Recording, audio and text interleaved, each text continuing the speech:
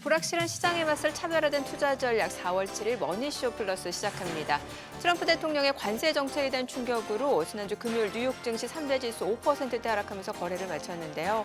오늘 국내 증시도 양시장 하락으로 출발했습니다. 코스피 2,300선에서 등락이 거듭되고 있고 하락폭은 상당히 큰 상황입니다. 네, 그렇습니다. 외국인의 매도세가 지수 하락을 이끌고 있는데요. 5% 이상 떨어진 채로 움직이고 있습니다. 네, 앞으로 시장은 어떻게 흘러갈지 또 국내 증시는 어떤 모습으로 거래를 마칠지 증시 토크를 통해서 확인해 보도록 하겠고요. 오늘 뉴욕 인사이트에서는 미국 관세 정책으로 인해서 충격을 받아 크게 하락한 뉴욕 증시, 그 속에서 살아남을 수 있는 전략까지 알아보겠습니다. 또한 머니주민에서는 관세율을 수정하고 부과를 결정했다가 면제하는 등 트럼프 대통령의 변덕 얼마나 더해질 것인지 짚어보겠습니다. 특히나 한국에 대해서는 상호관세율을 25%로 발표했지만 행정명령에서 26%로 되어 있어서 논란을 일기도 했는데요. 앞으로 이런 식일지 궁금해지네요. 네, 지금 보고 계신 머니쇼는 SBS BJ과 유튜브에서 실시간 시청이 가능합니다. 더 많은 국내 주식 정보 받아보실 분들은 카카오톡 채널 머니랩 추가하시기 바랍니다. 자, 그럼 오늘 첫 번째 코너죠. 증시 토크 출연자 모시고 자세한 이야기 나눠보도록 하겠습니다. 네, GFM 투자연구소 이진우 소장님 모셨습니다. 어서 오세요. 안녕하세요. 네, 안녕하세요. 공교롭게도 오늘 같은 날 그러니까요. 화려한 신고식을 치르게 됐네요. 야, 이 머니쇼 토크 이거 첫 방송 하는 날 진짜 역대급 폭락장이 오네요. 네. 우리 뭐 이정민 앵커야 뭐 산전수전 다 겪었겠지만 우리 강 대표님이 뭐라고 말씀을 드려야 되나 이럴 때. 아니요, 저보다는 제 양옆에 계신 두 분이 산전수전을 다 겪으셨겠죠. 네, 금융시장에 대해서. 그러게요. 네. 그러니까요. 오늘 참 이 뭐랄까 우리 투자자분들은 그야말로 망연자실할 수밖에 없는 날인데 네.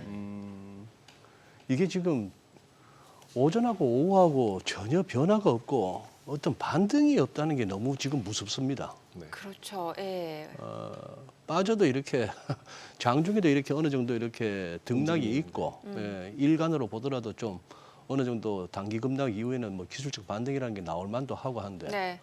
이건 뭐 아래 꼬리 달리고 뭐 하고 해도 아무 소용이 없네요. 지금 장중 저점 부근에서 계속해서 흐름이 이어지잖아요. 그러네요. 예. 그리고 뭐 외국인들이 너무 많이 팔고 있고 우리가 지금 뭐 5%, 4%, 5.2% 코스피가 그리고 뭐 코스닥이 4.7%입니다만 지금 대만은 9% 네. 빠지네요. 네. 대만 9% 빠지고 예. 홍콩 10%, 항생 H 11%, 12% 이러니까 이걸 뭐 좋다고 해야 될지 그러니까 상대적으로 상대적으로 덜한 거는 덜하다. 뭔가 금년 들어서부터 계속 우리 코스피가 상대적으로는 좀 덜 빠진다는 느낌은 있었는데 네네. 그건 여전한데 그래도 이제 금요일 날 대만이나 중국은 쉬었으니까 예. 그렇구나. 이틀치 반영을 해야 되니까 이제 비슷하지 않을까요? 예, 또 그렇게 그런 면이 또 있네요. 그렇게 보면은 우리 증시가 상대적으로 조금 덜 나쁘다라고 말할 수도 없다라는 거잖아요, 지금. 금요일 날은 확실하게 저희가 덜 나빴던 것 같았는데 오늘은 비슷한 것 같습니다. 비슷한 것 같고 거기다가 조금 안 좋은 거는 환율이 우리 달러 지금 약세인데도 불구하고 우리 서울 외환시장에서는 또 전일 대비 30원 올라 버리니까 이걸 뭐 그야말로 진짜 대혼돈입니다. 아니, 얘는 또 강세잖아요, 지금. 얘는 또 강세죠. 예. 네, 지금 100엔당 1,000원 올라섰네요. 1,004원까지 올라와 버렸습니다. 네. 그나저나 강 대표님 또 저와 함께 진행을 맡게 되셨는데 확실히 좀 긴장을 하셨네요. 네, 긴장하게 됩니다. 그리고 시장 자체가 너무 이제 무섭게 빠졌잖아요. 맞아요. 그래가지고 이걸 여기서 웃어야 되나 울어야 되나 이게 표정을 어떻게 지어야 될지 잘 모르겠어가지고 네. 더 얼고 있습니다. 아, 그렇죠. 시장이 좀 좋았으면 그래도 네, 조금 더. 그래도 좀 웃으면서 하면 편하게. 편한데. 예. 예. 이럴 때는 뭐 이런 프로그램에 나오는 출연자든 진행자든 웃는 것조차도 못마땅하시거든요. 그렇죠. 시청자 입장에서 투자자 입장에서 뭐가 좋아서 저러나 싶을 정도로. 아니에요. 저도 뭐 제 계좌 딱 열어보면 지금 다 엄청난 손실이에요, 사실은. 예.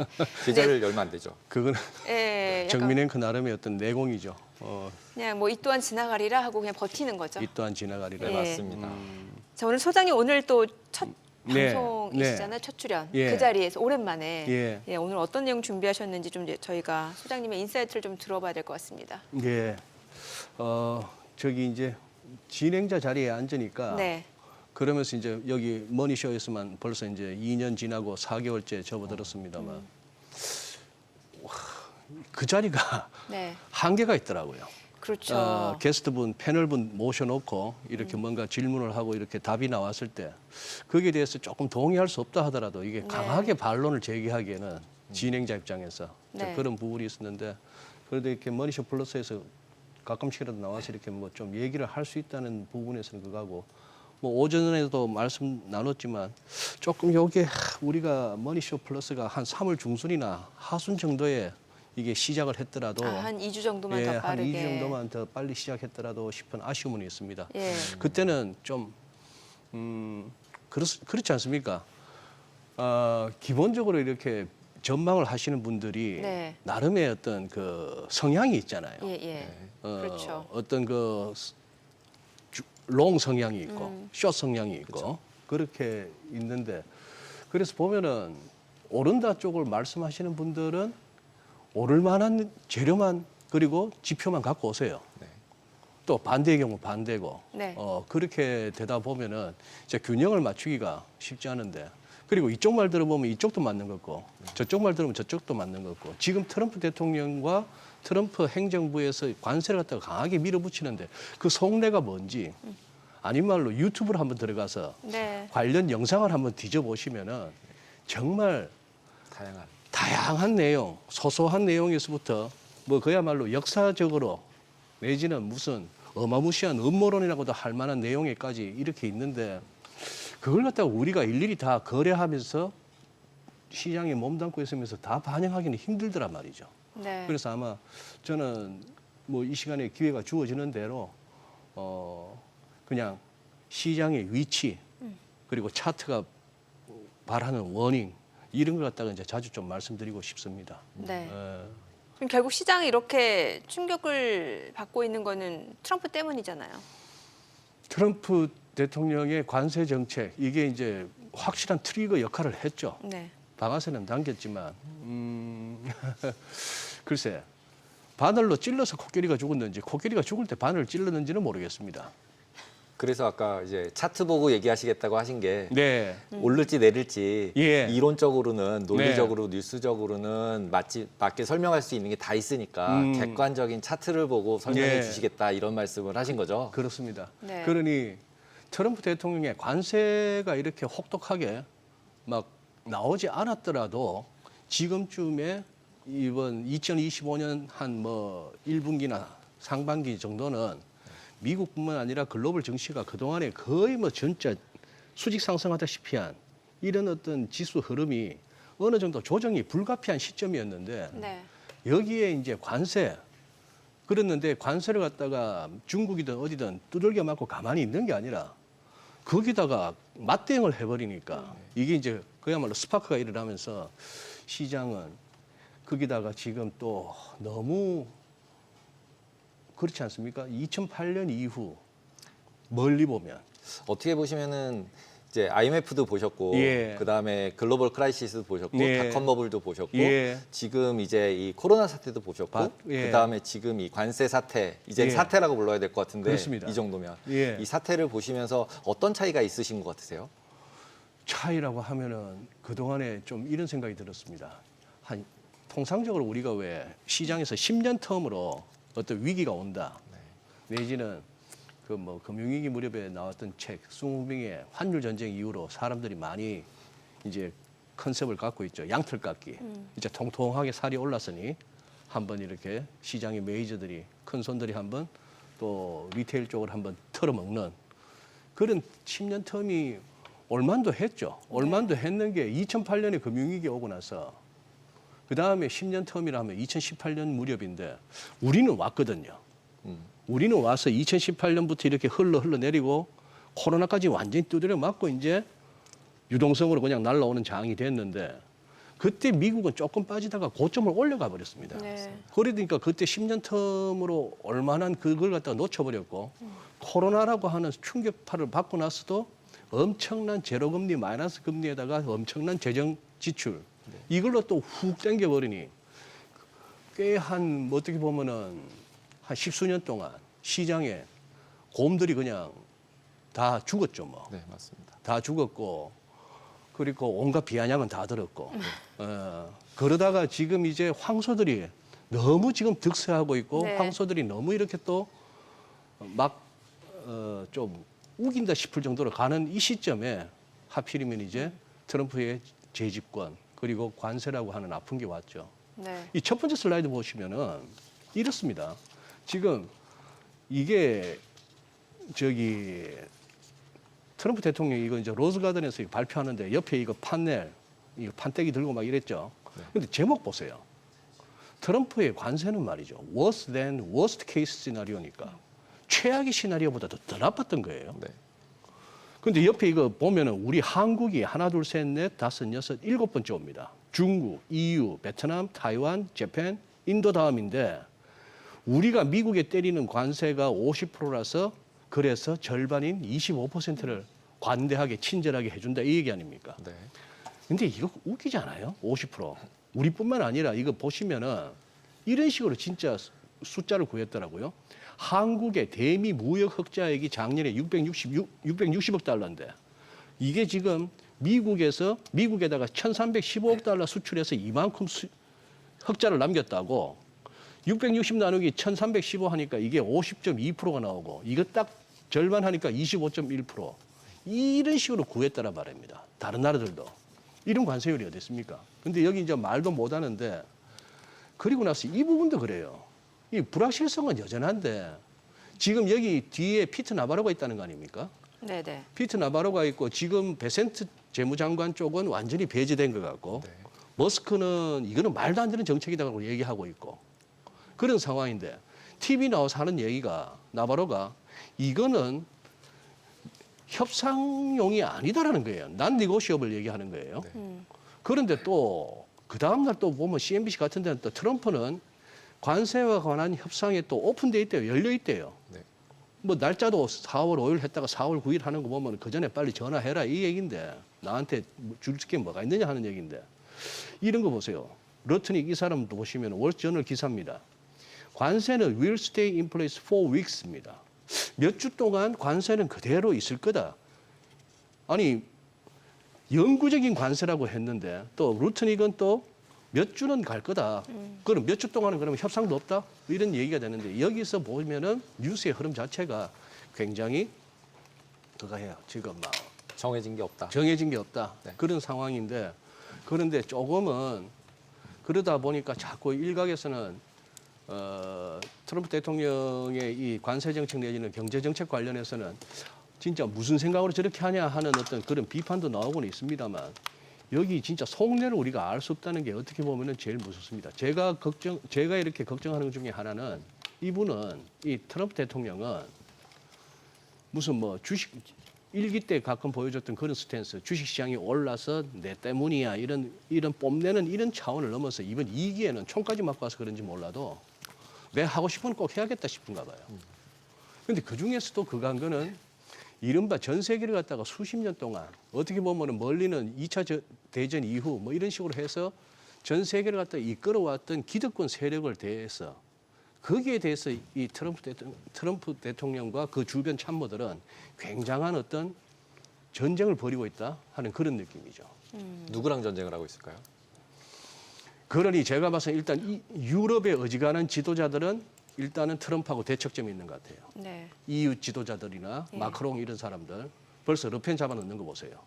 르펜도 뭐 별거 아닌 걸로 벌써 뭐 징역에다가 집행유예 맞아가지고 후내년에 대통령 선거 못 나오는 분위기로 몰고 가고 있고 네. 뭐 그런 식인데 보면은 여기 그리고 미국 내도 오죽하겠습니까? 지금 이제 여기서 조금 더 가면은 이미 반 트럼프 시위가 막 그거 하는데 아마 워싱턴 DC에서도 지금까지는 숨죽여 왔지만 네. 의회가 됐건 뭐 여러 가지 국제기구가 됐건 연방 공무원 측이 됐건 간에 좀 또 이렇게 다소 조직화된 저항이 또 이렇게 거칠어질 수도 있겠다 싶기도 합니다. 그럼 소장님이 보시기에는 트럼프 대통령이 관세 정책으로 궁극적으로 원하는 목표가 뭐라고 보시는 거예요? 그 부분이 지금 아무도 잘 모르는 거예요. 뭐 겉으로 드러난 거는 뭐 재정 수지를 제조업 갖다가 경기 부흥시키겠다. 부흥시키고 예. 궁극적으로는 뭐 아예 미국이 자급자족할 수 있는 정도까지 가겠다 하는데 예. 그거는 뭐 네. 메이드 인 USA를 만들겠다 이런 거 아닌가요? 네. 그거는 지금 글쎄. 디자인 바이 캘리포니아였는데 아하, 이제 디자인 바이 캘리포니아. 캘리포니아였는데 이제 메이드 인 USA를 하고 왜- 싶다. 그러니까요. 예. 그럼 그렇게 되는 과정까지 그 고통이 어마어마한 거잖아요. 지금. 어마어마하겠죠. 예. 그리고 아마 이번에 벌써 한 3개월 가까이 갑니다만 네.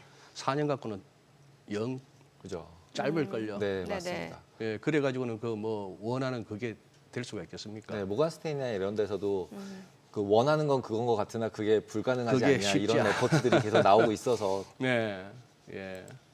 아유, 근데 이게 지금 요거 조금 보시면은 네. 이거 한번 보시죠. 오늘 아침에 개장 전에 우리 아침에 머니쇼 하기 전에 CNBC 한번 CNBC, 들어가 봤더니만 우리 저 피터 터크만 형이 이분이 저보다 한 2살 위입니다. 아, 그래서 형이라고 지금 예, 정확하게. 예. 저보다 형님인데 뉴욕 저 증권거래소에 진짜 그 유명한 트레이드 플로어 트레이드 아닙니까? 네네. 이 한 40년 가까이 하셨을걸요. 이것만. 그야말로 뉴욕 증권거래소의 아인슈타인인데 588번 아저씨.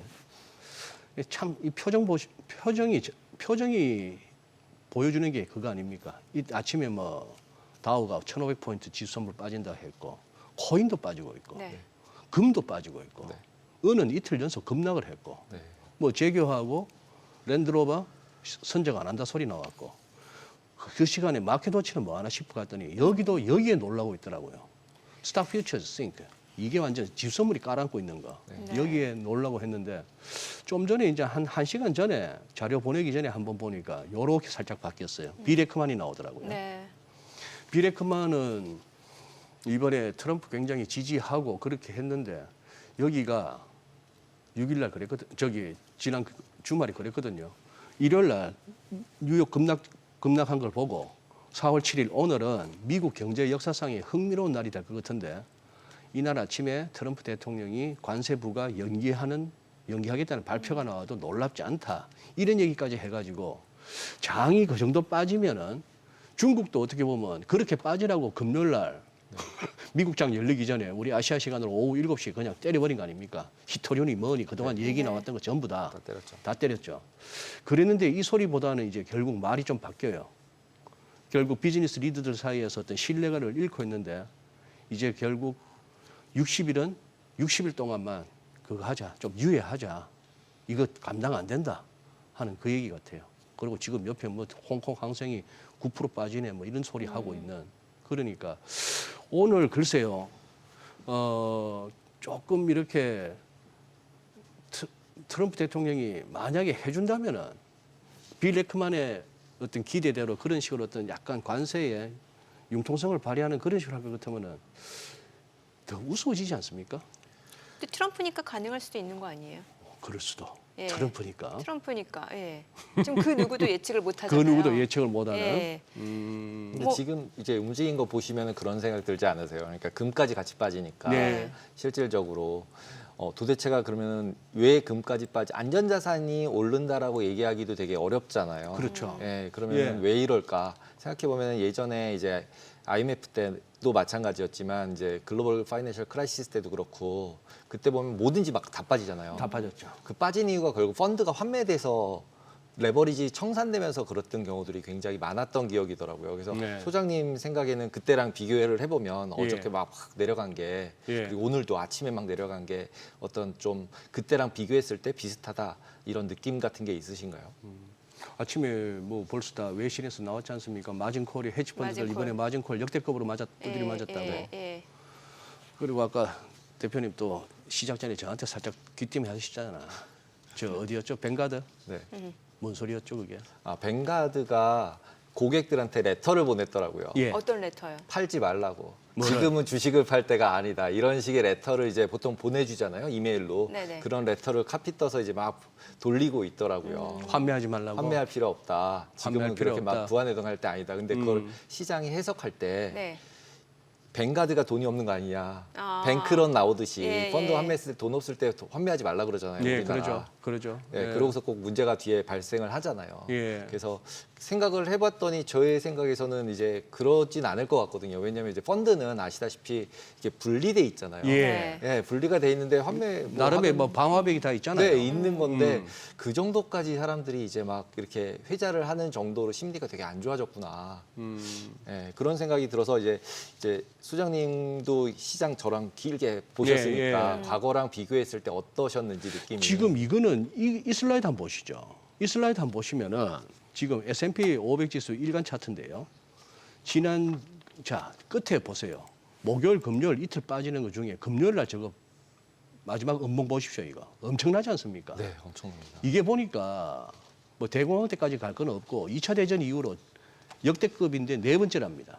제일 많이 빠졌던 게 87년 10월에 그 블랙먼데이 때고, 네, 그다음 두 번째가 2020년 3월에 코로나 왔을 때 하루 빠진 걸로. 네, 그 다음에 이제 2008년에 금융위기 왔을 때 리만 브러스 사태 났을 때, 그리고 이번인데 하루로는 저는 이게 더 겁나요. 지금 여기서 이제 여기 용감한 선수들은 지금 거래량 보니까 용감한 선수 여기서 다 받아내네요.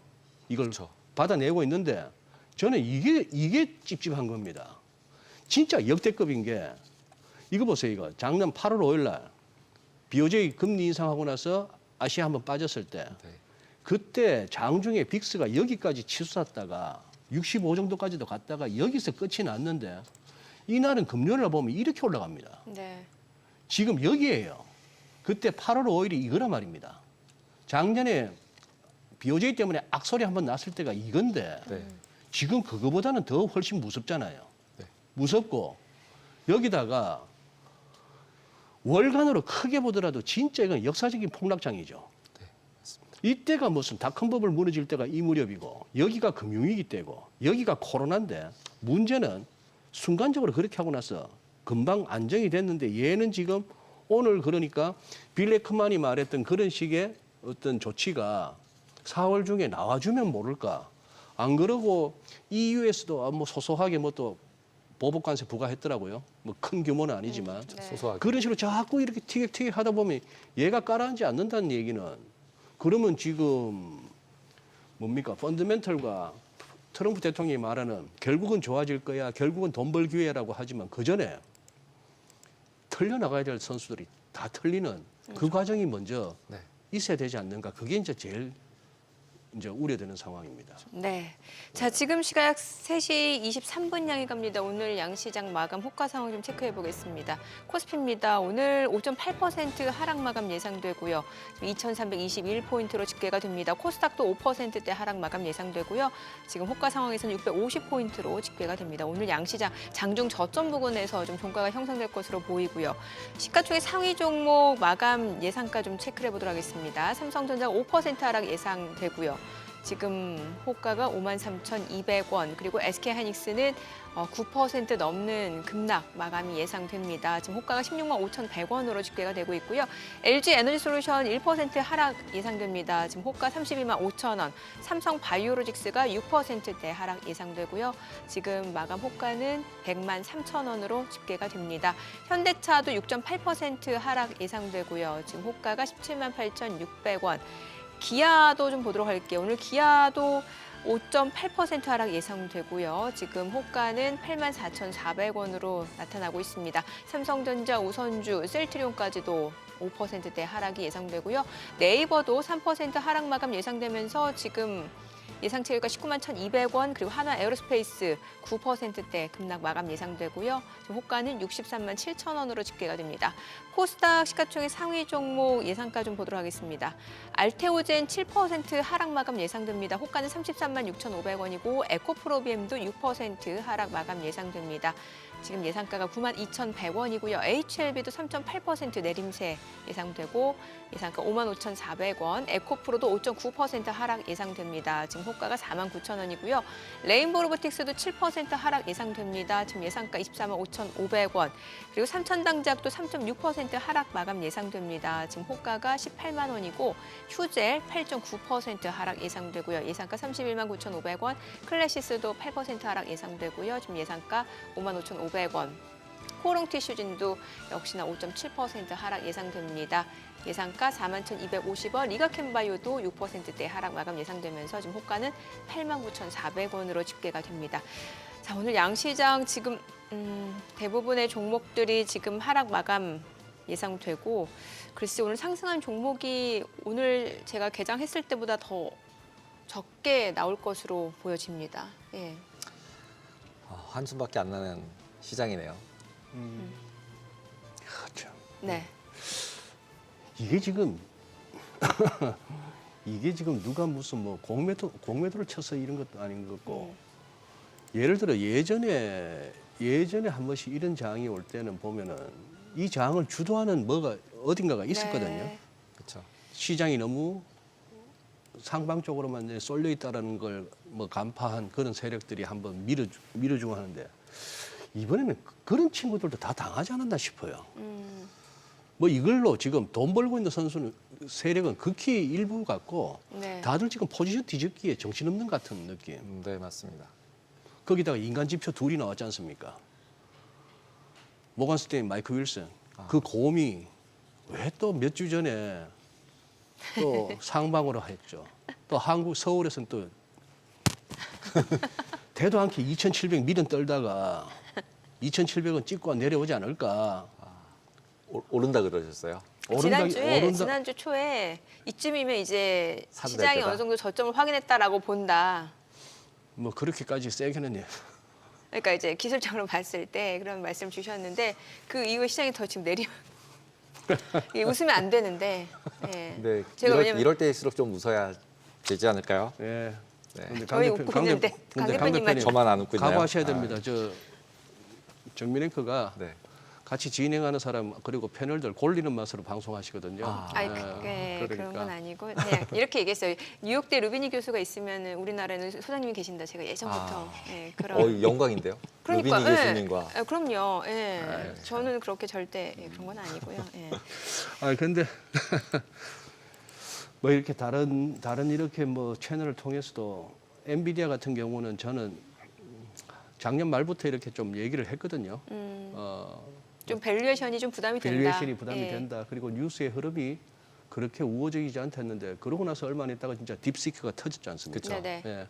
심지어 베선트 장관도 하는 얘기가, 지금 이거 무슨 꼭 자꾸 관세 때문이라고 하지 마라. 뉴욕 증시 이렇게 되는 딥시크 충격이다 해서 또 그런 식으로 이제 얘기했었죠. 언론되는데, 그 말은 그냥 뭐 변명이라기보다는 일부는 분명히 네. 그 부분도 작용했다고 봅니다. 네. 작용했다고 보고, 그리고 지금 이걸 갖다가 우리가 무슨 뭐 지표를 봐서 미국 경기는 아직도 탄탄해요, 침체는 안 빠져요, 이런 거 하고는 상관없이, 대표님도 뭐 공감하실 것 같은데, 지금 레벨이 이렇게 되고 장이 뭐 항생이 뭐 13% 빠지고 이러면은 기관들 입장에서는 앞뒤 안 재고 정리해야 되는 거 아닙니까? 네. 그 매물이 무서운 거 아니에요. 그렇죠. 그게 언제 끝날지도 모르고. 네, 맞습니다. 그리고 이제 ETF들이 결국 이제 문제가 된다라고 이제 계속 얘기를 했었는데, 네. 최근 들어서 또 이제 ETF 환매 같은 것들이 나올 수 있잖아요. 개인이 계속 네, 팔면. 네. 그런 부분들도 영향이 있지 않을까요? 아니 소장님 오전에 저한테 네. 하나 차트 보여주신 게 그 빅스 지수를 보여주셨어요. 예, 그래요. 이게 예전하고는 확실히 다르다. 좀 달라요. 네. 예. 그러니 아까 이제 빅스는 아까 보여드렸다시피 지금 역대급으로 올라왔는데, 이게 지금 이게 월간이거든요. 네. 월간이니까 지금 아직도 4월 초순인데, 이 지금 양봉 이게 지금 위에 좀 꼬리가 달리고 이렇게 높이가 낮아지지 않는다면은, 이거는 지금 시장은, 그리고 또 제가 뭐 차트는 준비 모였습니다만 빅스 선물도 안 떨어져요. 그러니 뭐 뉴욕 애들이 원래 그런 거 아닙니까? 뭐가 만들어졌다 하면 거기다가 선물, 옵션 뭐든지 해서 엮어서 다 하죠. 좌우지간 거래 나오고 수수료 챙겨 먹는 걸로 유명한 애들인데, 빅스만 갖고 하는 게 아니고 빅스 선물까지 하는 거니까, 적어도 한 달 후에 그러면 지금보다 변동성이 깔아앉아 있겠니 보다는, 아니 변동성이 여전히 높거나 더 커질 수도 있는 쪽으로 자꾸 베팅을 하고 있더라는 얘기니까, 그거는 일종의 뭐 해치 수요도 있겠고 뭐 그런 식입니다만, 지금은 여기서 보니 결자 해지라고 네. 저기서 뭐 이 시장을 안정시키려면은 트럼프가요. 파월 갖고는 안 되는 거고, 그렇죠. 지금은 연준의 시간은 아닌 것 같아요. 베센트가 사임하면 그러면은 어떻게 그 얘기를 저희가 오늘 장 마감 사감 확인해 보고 네. 좀 들어보도록 하겠습니다. 오늘 국내 증시 마감합니다.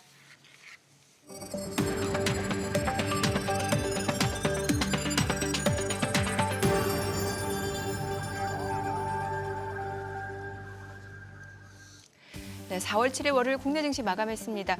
일단 뭐 지난 주말에 뉴욕 증시가 워낙 급락을 하면서 이제 많은 투자자분들이 지금 투자 심리가 좀 위축될 수밖에 없는 상황이었던 것 같습니다. 트럼프의 상호 관세 이후에 중국이 맞불을 놓으면서 지금 관세 또 보복 관세를 부과하겠다라고 밝혔고 뭐 유럽연합 지금 이제 관세 전쟁 본격화되는 양상이고요. 그에 따라 주요 자산 가격들이 많이 출렁이고 있는 상황입니다. 자, 오늘 국내 증시 마감 지수 좀 체크해 보겠습니다. 코스피가 5.5% 하락 마감했습니다. 2,327포인트, 코스닥도 5%대 하락 마감했네요. 651포인트입니다. 양시장 5% 하락 마감했고요. 시가총액 상위 종목 종가 확인해 보도록 하겠습니다. 삼성전자가 오늘 지금 5% 지금 하락 마감했습니다. 53,200원이고요. SK하이닉스도 9% 하락 마감했네요. 164,800원. LG 에너지솔루션 종가는 323,000원 1.8% 하락 마감했고요. 삼성 바이오로직스도 5.7% 내림세로 마감했습니다. 종가는 108,000원. 현대차도 6% 하락 마감했습니다. 종가 179,100원이고요. 기아도 5.8% 하락 마감했죠. 지금 종가는 84,600원, 그리고 삼성전자 우선주도 5% 하락 마감했네요. 셀트리온도 5% 약세 마감했고요. 종가는 164,400원, 네이버도 3% 하락 마감했습니다. 191,800원, 하나 에어로스페이스가 8.5% 하락하면서 642,000원에 거래를 마쳤고요. 코스닥 시가총액 상위 종목 마감가도 확인해 보겠습니다.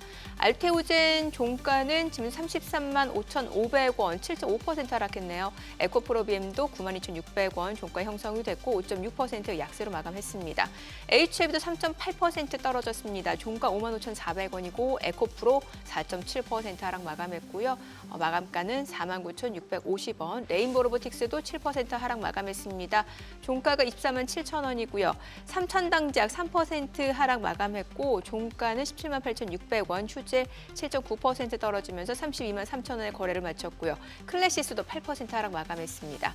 코롱티슈진 종가 41,250원, 5.7% 내림세로 거래를 마쳤고요. 파마 리서치도 7% 하락 마감했습니다.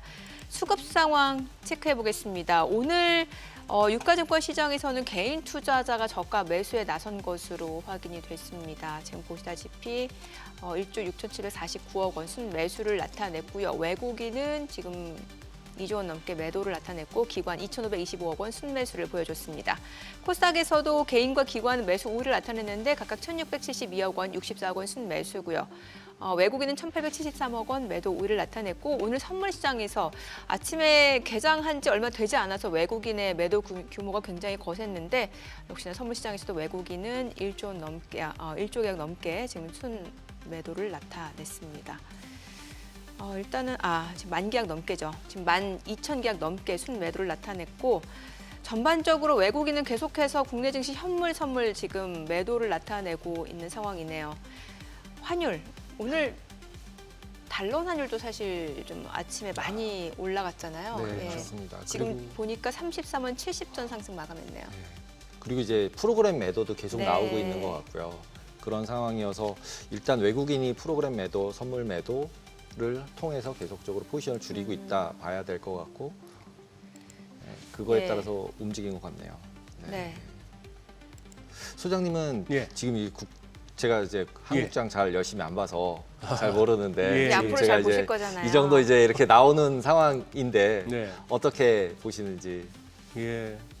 삼성전자가 지금 삼성전자 한번 보시죠. 삼성전자 네네. 보시면은 요거 이제 아까 자료 보내드릴 때가 53,500원인데 아까 보니까 53,200원 한 300원 더 빠졌는데 이거 지금 이제 이겁니다. 이때가 이제 액면 분할할 때였는데 지금 딴 거보다 삼성전자 6-1입니다. 예. 지금 5, 20, 60, 120 월간 차트예요. 그 네. 120개월 이평선에서 지금 몇 개월째입니까? 이거 하나, 둘, 셋, 넷, 5개월째 지금 이 선에서는 더 빠지진 않고 올라오다가 또 밀리고 하는데 120개월 이평선이라는 게 결국 10년 평균치인데 네. 10년 평균치고 그리고 또 우리 이거 차티스트들 눈에는 이거 좀 찝찝합니다. 이거 보세요. 이거 이중천정이잖아요. 이중천정이 지금 여기가 거의 네크라인, 목선이나 다름없는데 여기가 지금 깨졌나 아니냐 하는 부분을 갖다가 지금 확정을 못 짓고 있는데 여기서는 진짜 이거는 이 아무리 썩은 동아줄이라도 이거는 부들고 올라가줘야 됩니다. 여기서 이거 지금 이거 무너지면은 황당해지는 거예요. 이제 여기서 우리가 정하기보다도 바깥의 상황하고 결국 외국인들이 여기서 이제 받쳐주느냐 마느냐인데 그렇죠. 지금 이게 지금 이런 상황이다 보니 여기서 지금 누가 이거 장담을 하겠습니까, 이거? 오늘 가장 많이 판 것도 또 외국인은 외국인들이죠. 삼성전자. 현장이죠. 네, 그런 상황이고 이거는 아유 지금 코스피도 보시면은 우리 코스피가 지금 보시면은 저는 이거는 매번 말씀드리는데 이거 혹시나 엘리어트 파동 이론 공부하시는 분들 파동에다가 1, 2, 3, 4, 5 뭐 ABC 파동 네. 그거 카운팅하는 거는 포기하십시오.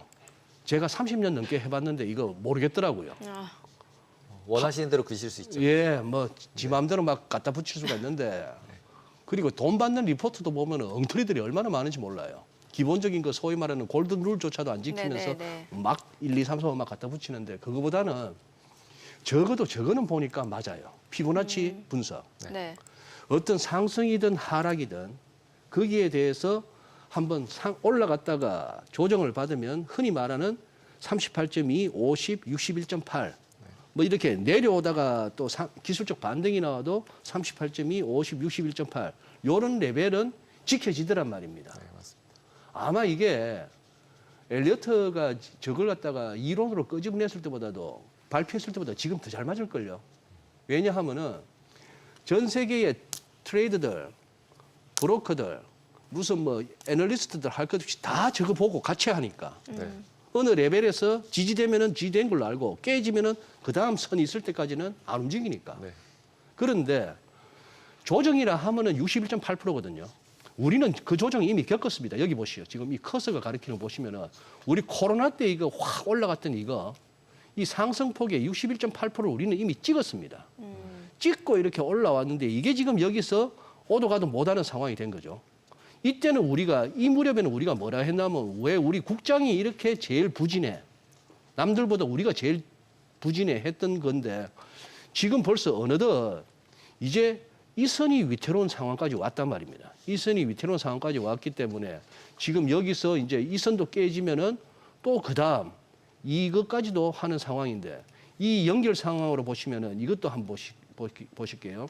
자, 이런 식으로 제가 좀 이제 앞으로 우리 저 머니쇼 시청자분들하고 만나고 싶은 것이 자, 보십시오. 나스닥이에요. 나스닥인데 지금 이거 보시면은 트럼프 대통령 당선됐을 때가 요때입니다. 요때 이러고 나서 전부 우리 흥분했다가 다 흠물 켰어요.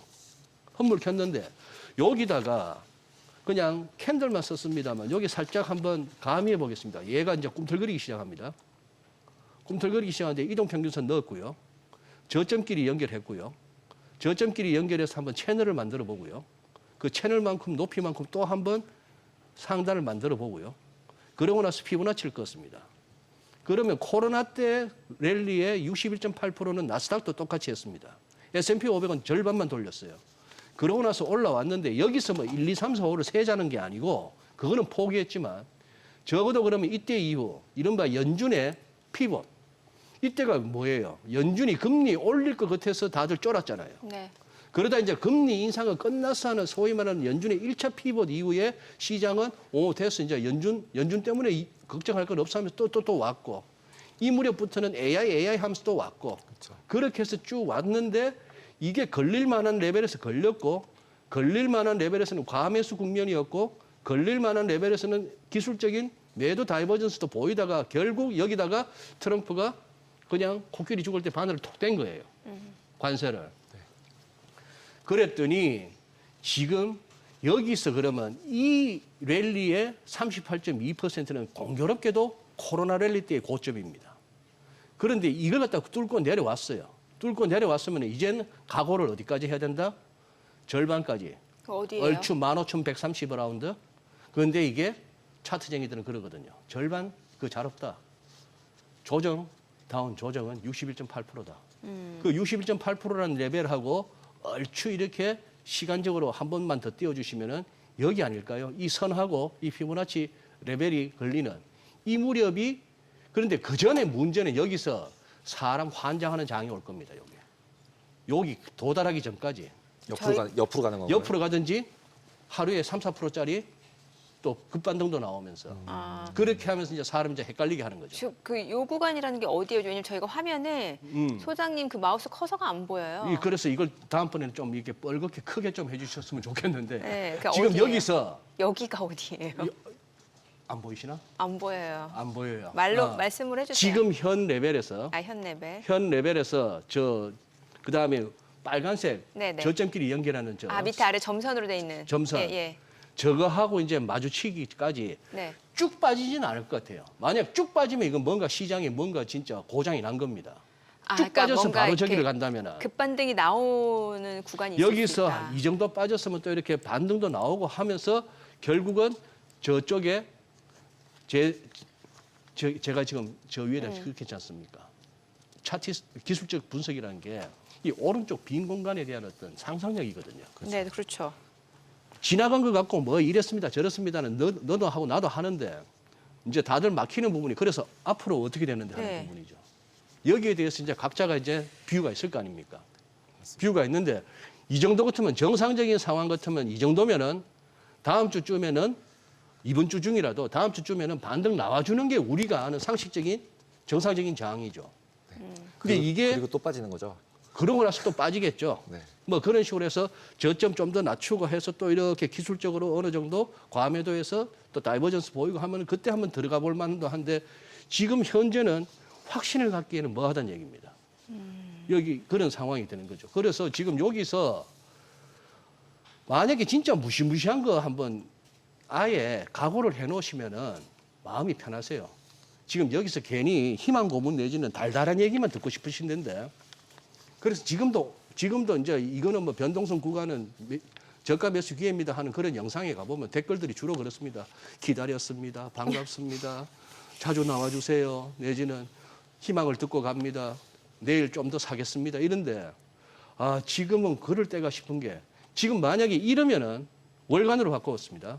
월간으로 바꿨을 때 지금 보시면은 이 피보나치는 뭐냐 하면은 2008년 이후에 저는 펀더멘털을 넘어서서 돈으로 해왔던 십수년에 대해서 이제 만약에 조정이 온다면 소위 말하는 디톡스 기간이라면 해독 기간이라면 재정 지출도 이제 한계에 달했고 미국도 어디도 전부 빚 때문에 그렇고 연준도 22도 막 예전처럼 막 돈 풀기에는 이제 좀 뭔가 좀 껄쩍지근하고 여기서 이미 단가 싸움에서 후달후달하는 세력들이 저 위에 저렇게 많은 상황에서 지금 딱 보시면은 월간 기준선에 딱 까만색 기준선에 와 있고 피보나치 최소한 레벨에 딱 왔기 때문에 여기서는 사실은 제 일감은 이 정도면 됐다. 조금 반등 좀 나오자. 반등의 폭과 시간은 얼마 전인지 모르겠으나 여기서 반등 좀 나오자. 그 다음 가서 또 생각하자가 맞는데 여기서 만약에 멈추지 않고 또 빠져서 또 이 선들을 다 깨고 내려간다 하면은 그때는 분석과 전망의 차원을 넘어서는 시장 내에 뭔가가 깨진 거죠. 근데 지금 이 상황이 글로벌 파이낸셜 크라이시스와 지금과 두 개를 딱 비교해 보면 어떠신지. 그러니까 저는 되게 궁금해요. 그러니까 그때가 어떻게 보면 미국 망한다 그랬을 때잖아요. 리만 망하고. 근데 과연 지금이 미국이 망하는 정도냐? 그건 아닐 것 같아요. 그쵸? 그건 아닐 것 같은데 일단은 지금 뭐 소위 말하는 뭐 오늘 아침에 우리 어려운 얘기 나왔잖아요. 테드 스프레드. 예. 무슨 그리고 뭐 신용 이제 하이힐드 스프레드. 정커본드 네. 수익률하고 국채 수익률 사이의 이 차이. 스프레드. 네. 이게 사실 너무 이렇게 좁아지는 것도 어떻게 보면은 시장이 진짜 돈에 취해 가지고 유동성에 취해서 리스크에 대해서 전혀 생각 안 하고 지냈던 세월을 보내다가 이제 조금 불안해진 거죠. 그러다 보니까 이게 벌어지는 거고. 근데 그 정도가 조금 이렇게 스프레드가 벌어지는 속도가 좀 빨라서 약간 긴장은 하지만 그 정도는 아니라는 거. 뭐 그런 상황이라서 지금 여기서 글쎄요. 암만 그래도 트럼프 대통령도 뭘 부러뜨리기까지를 원할까 싶은 생각이 드는데. 결국에는 결자해지니까 트럼프가 이 관세 전쟁을 어떤 식으로 예. 이제 실마리를 풀어가는지에 시장이 달려 있다라고 예. 봐야 되겠네요. 예. 예, 그리고 이제 예. 제일 이제 두려운 거는 그겁니다. 지금 홍콩도 그렇고 뭐도 네. 하는데 이게 좀 뭐랄까요? 아니 오늘 준비한 걸 다 한번 보고 말씀드릴게요. 지금 여기 보시면은 미국만 일어나요. 니케이 보세요. 니케이요. 지금 니케이가 고작 이래가지고 네네. 1990년도 레벨을 갖다가 겨우 이 얼마 만에 한 30 몇 년 만에 이 레벨을 회복했나 싶었는데 지금 자빠지고 있거든요. 월간에서. 데일리 보세요. 저러고 있습니다. 데일리도 잘 보시면은 최근 며칠 사이에 아래 꼬리가 막 달리면서 장중 저점에서 낙폭 많이 줄이고 왔는데 이게 통상적인 장 같으면 저거는 진짜 눈이 반짝거리면서 사야 되는. 단타하는 선수들은 이거 사야 되는 시점인데 샀다가 다 물리고 있어요, 지금. 그런 상황이고 레벨 자체가 저렇죠. 그다음 보시면은 홍콩 보세요. 항생 H입니다. 홍콩 항생 H인데 지금 저 가운데 부분 저 고점 부분 저기가 언제입니까? 2008년 금융위기 오전에 우리가 저거 만들었어요. 저 차트.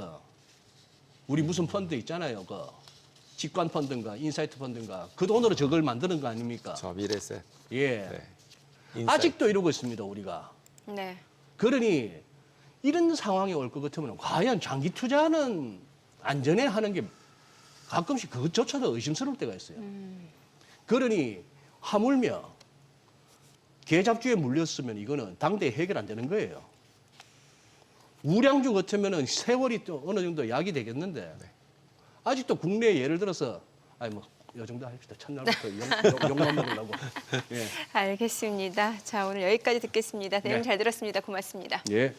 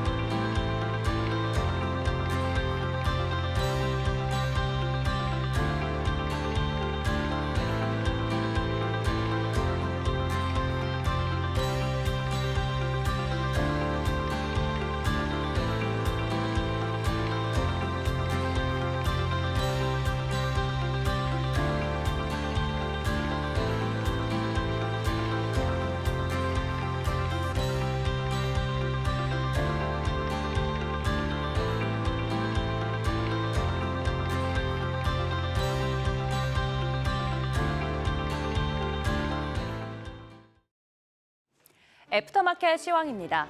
국내 정치 리스크는 어느 정도 덜었지만 관세 폭풍의 걱정은 나날이 커져갑니다. 트럼프 행정부의 상호 관세 후폭풍으로 S&P 500 지수 하루 만에 6% 가까이 급락했는데요. 2000년 닷컴 버블, 2001년의 9.11 테러 때보다 일일 하락폭이 더 클 정도로 충격이 큰 상황이죠. 오늘 국내 증시도 2,400선이 붕괴돼 매도 사이드카가 발동되기도 했는데요. 장중 원달러 환율은 1,470선을 찍기도 하면서 투자자들의 심리가 급격하게 위축되고 있는 상황입니다. 한편 한국거래소의 시간외 단일가 거래 대금이 대체거래소 출범 이전에 30% 수준으로 쪼그라든 것으로 나타났습니다. 대체거래소 출범으로 우량 종목 거래가 제한된 탓인데요. 특히 삼성전자나 SK하이닉스 등 코스피 200 지수 편입 종목의 거래가 시작된 지 지난 24일의 감소폭이 보시는 것처럼 가장 컸습니다. 반면 대체거래소의 애프터마켓 일일 거래 대금은 최근 3천억 원을 넘겼습니다. 증권업계 관계자는 당초 한국거래소는 대체거래소 출범을 앞두고 시간외 단일가 거래 중단까지 검토한 것으로 알고 있다며 아직 기관의 참여가 저조한 편이지만 대체거래소가 한국거래소 거래량을 상당 부분 잠식할 가능성이 있다고 언급하기도 했습니다. 일일 거래 대금이 점차 커져가는 애프터마켓 출발 상황 살펴보도록 하겠습니다. 네, 이렇게 바톤이 대체거래소로 넘어갔는데요. 우선 코스피 시총 상위 종목들 살펴보도록 하겠습니다. 삼성전자 4.81% 하락하면서 53,400원, SK하이닉스도 9% 넘는 급락세 이어지고 있습니다. 17만 원 선 붕괴된 이후로 16만 5,300원에서 지금 움직임 보이고 있고요. LG에너지솔루션도 2%대, 삼성바이오로직스는 5%대 하락폭 보이고 있습니다. 이어서 관세의 직격탄을 맞고 있는 완성차, 현대차 대표적으로 6% 하락하면서 17만 9,100원에 현재 움직임 보이고 있습니다. 이어서 코스닥 시총 상위 종목들도 살펴보도록 하겠습니다. 역시나 정규 마켓처럼 대부분의 종목들이 파랗게 질린 모습인데요. 알테오젠 7.58% 하락하면서 33만 5,500원에 에코프로비엠과 에코프로도 각각 5%대와 4%대 낙폭 보여주고 있습니다.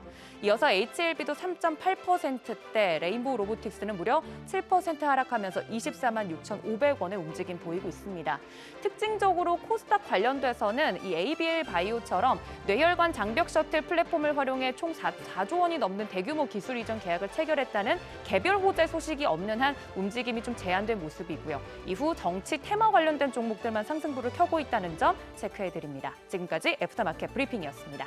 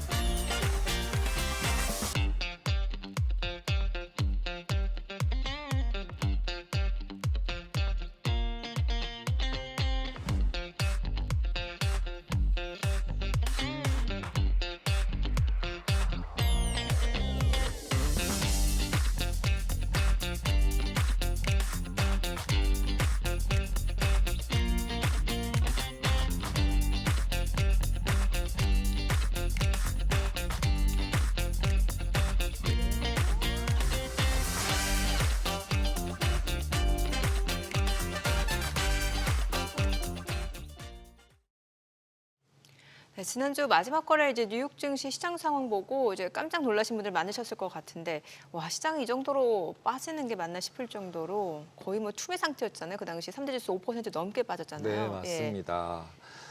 3대 지수 뉴욕 증시 모두 다 5% 이상 빠졌는데 결국 트럼프 대통령이 상호관세를 얘기하면서 빠지기 시작을 했는데 네. 거기에 중국이 이제 보복 관세를 내놨죠. 그러면서 네. 이제 관세 전쟁 현실화된다 이러면서 코로나 사태 이후에 대폭락을 맞이한 하루였습니다. 특히나 이제 두 자릿수 하락률을 나타낸 종목들이 굉장히 많았던 것 같은데, 뭐 가장 눈에 띄는 종목 어떤 거 있었을까요? 뭐 저희가 제일 많이 투자한 엔비디아, 테슬라 이런 게 제일 기술주. 눈에 띄겠죠. 예. 근데 저는 이제 그것보다도 오히려 이제 워렌 버핏의 그 네. 버크셔 해서웨이까지도 5% 이상 하락을 하더라고요. 예. 그래서 이거는 도대체가 뭐냐, 다 파는 것 같다 이런 느낌이었습니다. 그러니까 뭐 이게 주요 기술주뿐만 아니라 뭔가 시장에서 좀 방어적인 성격을 지니는 종목까지, 가치주까지도 다 빠졌다. 네, 맞습니다. 이런 말씀 주셨고, 또 보니까 엔비디아, 뭐 애플, 마이크로소프트 이게 사실 지난해 연말까지만 하더라도 3조 클럽이었잖아요. 네, 근데 지금 맞습니다. 3조 클럽에 들어간 기업이 하나도 없어요. 이제는 다 이제 신기루처럼 사라졌죠. 그러니까요. 뭐 네. 애플도 지금 200달러 선이 무너진 상황이고, 엔비디아도 많이 떨어졌고, 사실 그 외에도 이제 관세의 영향을 가장 많이 받는 기업들 주가가 좀 직격탄을 맞은 양상이었는데, 뭐 나이키라든지 갭 이런 종목들은 또 해외 공급망 생산 의존도가 굉장히 높잖아요. 그러다 그쵸. 보니까 뭐 나이키는 14%도 갭은 20% 넘게 폭락을 했더라고요. 베트남에다가 관세를 때리면 네. 공장 다 거기 있는데 그러니까요. 그러니까 저렇게 되는 거를 모르고 했을까 굉장히 예. 의심스럽습니다. 트럼프 입장에서는 원래 그 영리한 토끼가 땅굴 여러 개 파잖아요. 네. 그 땅굴 다 막아버리겠다는 거잖아요. 그러면 자기는 안 죽나요? 그러니까 지금 오죽하면 지금 월스트리트저널에서 그 이번 관세 전쟁의 승자는 중국이 될 것이다. 지금 이런 얘기까지 나오잖아요. 네, 맞습니다. 예. 자, 아무래도 이 관세 영향으로 인해서 여러 가지 뭐 산업, 경제가 좀 많은 영향을 받을 것 같은데, 오늘 이분과 함께 좀 자세한 얘기 나눠보도록 하겠습니다. 오늘 한국경제산업연구원 김광석 경제연구실장 자리했습니다. 어서 오세요. 네, 안녕하세요. 안녕하세요. 안녕하세요. 제가 첫 질문을 안녕 못하지 않나요? 네. 제가 첫 질문을 할게요. 네. 지금 이제 뉴욕 증시 얘기로 저희가 간단하게 좀 먼저 얘기를 해봤는데, 지금 지난주 어느 정도나 시가총액이 증발한 거예요? 뭐 여러분 다 알고 계시다시피 6조 6천억 달러 정도. 6조 6천억 그러니까 달러. 한국 돈으로는 한 1경. 네. 그러니까 이게 무슨 사이즈의 돈인가 할 만한 그만큼의 시가총액이 네네. 증발해 버렸습니다. 예. 증발해 버렸다는 얘기는 돈이 사라진 게 아니라 예. 돈이 이동한 겁니다. 그렇죠. 그러니까 주식시장에서 돈이 떠난 겁니다. 네. 주식시장에 떠나고 현금화했다. 음. 이렇게 가정하시면 어떨까? 먼저 의견을 드려보겠습니다. 예. 특히나 이제 앞서 저희가 뭐 기술주뿐만 아니라 뭐 버크셔에서까지 떨어졌다. 그러니까 뭔가 지금 대부분의 자산 가격이 많이 떨어졌고 오히려 채권 쪽은 또 가격이 올랐단 말이죠. 그렇습니다. 예. 결과적으로 좀 생각을 해본다면 세계 경제에 뭐 대공황 오는 게 아닌가. 그러니까 제가 대공황 온다는 이야기가 아니라 이 부분 되게 중요한 네네. 멘트의 차이가 있습니다. 네. 대공황이라고 보기보다는 대공황 올 거라는 공포감인 겁니다. 예. 정확히 말씀드리면 미국 경제를 놓고 봐서도 지금 4월 초중순입니다. 근데 4월 초중순까지 발표된 모든 지표는 관세 영향이 전혀 반영되지 않았습니다. 네. 근데 예를 들어서 ISM 뭐 제조업 지표라든가 소비자 신뢰 지수라든가 이 모든 게 뭐예요? 다 심리 지수예요. 그렇죠. 기업들의 심리 지수, 가계의 심리 지수, 심리 지수만 발표된 거예요. 그 심리 지수로 보면 정말 어마어마한 충격인 겁니다. 그러니까 결국 여러분들이 공포감을 느끼셨듯이 혹은 미국의 시민들이 공포감을 느꼈듯이 공포감을 느낄 때 어때요? 일단 시장에서 떠나는 게 맞겠구나. 네. 이런 관세 전쟁은 아마 미국 경제도 어마어마한 충격을 줄 거야. 그래서 미국 50개 주 전역에 걸쳐서 시위가 일어납니다. 그 시위의 이름이 hands off예요. 손 떼라 이거예요. 트럼프 그 관세 전쟁 손 떼라 하면서 대규모 시위가 지금 역대급으로 일어나고 있습니다. 그러니까 그런 것들이 세계 시장이 패닉을 느끼고 그냥 돈을 현금으로 갖고 있는 게 유리하겠구나.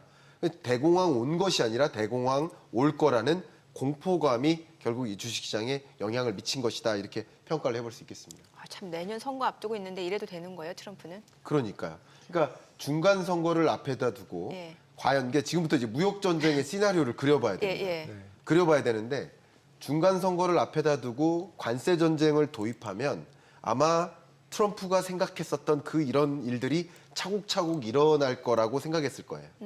미국을 위대하게 혹은 미국을 웰시하게 이렇게 만들 거라고 생각을 했었던 거예요. 네. 근데 과연 그렇게 될까? 그렇지 않다라는 생각들이 미국 시민의 입장이고 또 심지어 미국 공화당의 주된 입장들도 이 50개 주에 걸쳐서 대규모 시위가 일어나니까 예. 그 대규모 이 시위대들도 나를 지지를 했었는데 나를 지지를 안 하는 거야. 그러면 트럼프라는 정치인은 공화당 의원들 이 정치인들은 중간 선거를 앞에다 두고 이게 과연 유리한 전쟁인가라는 의문을 제기하고 이것을 정치적으로도 다시 한번 고민해보자 하는 의견들이 집중될 수 있습니다. 특히 중국의 보복을 보면서 그랬습니다. 네네.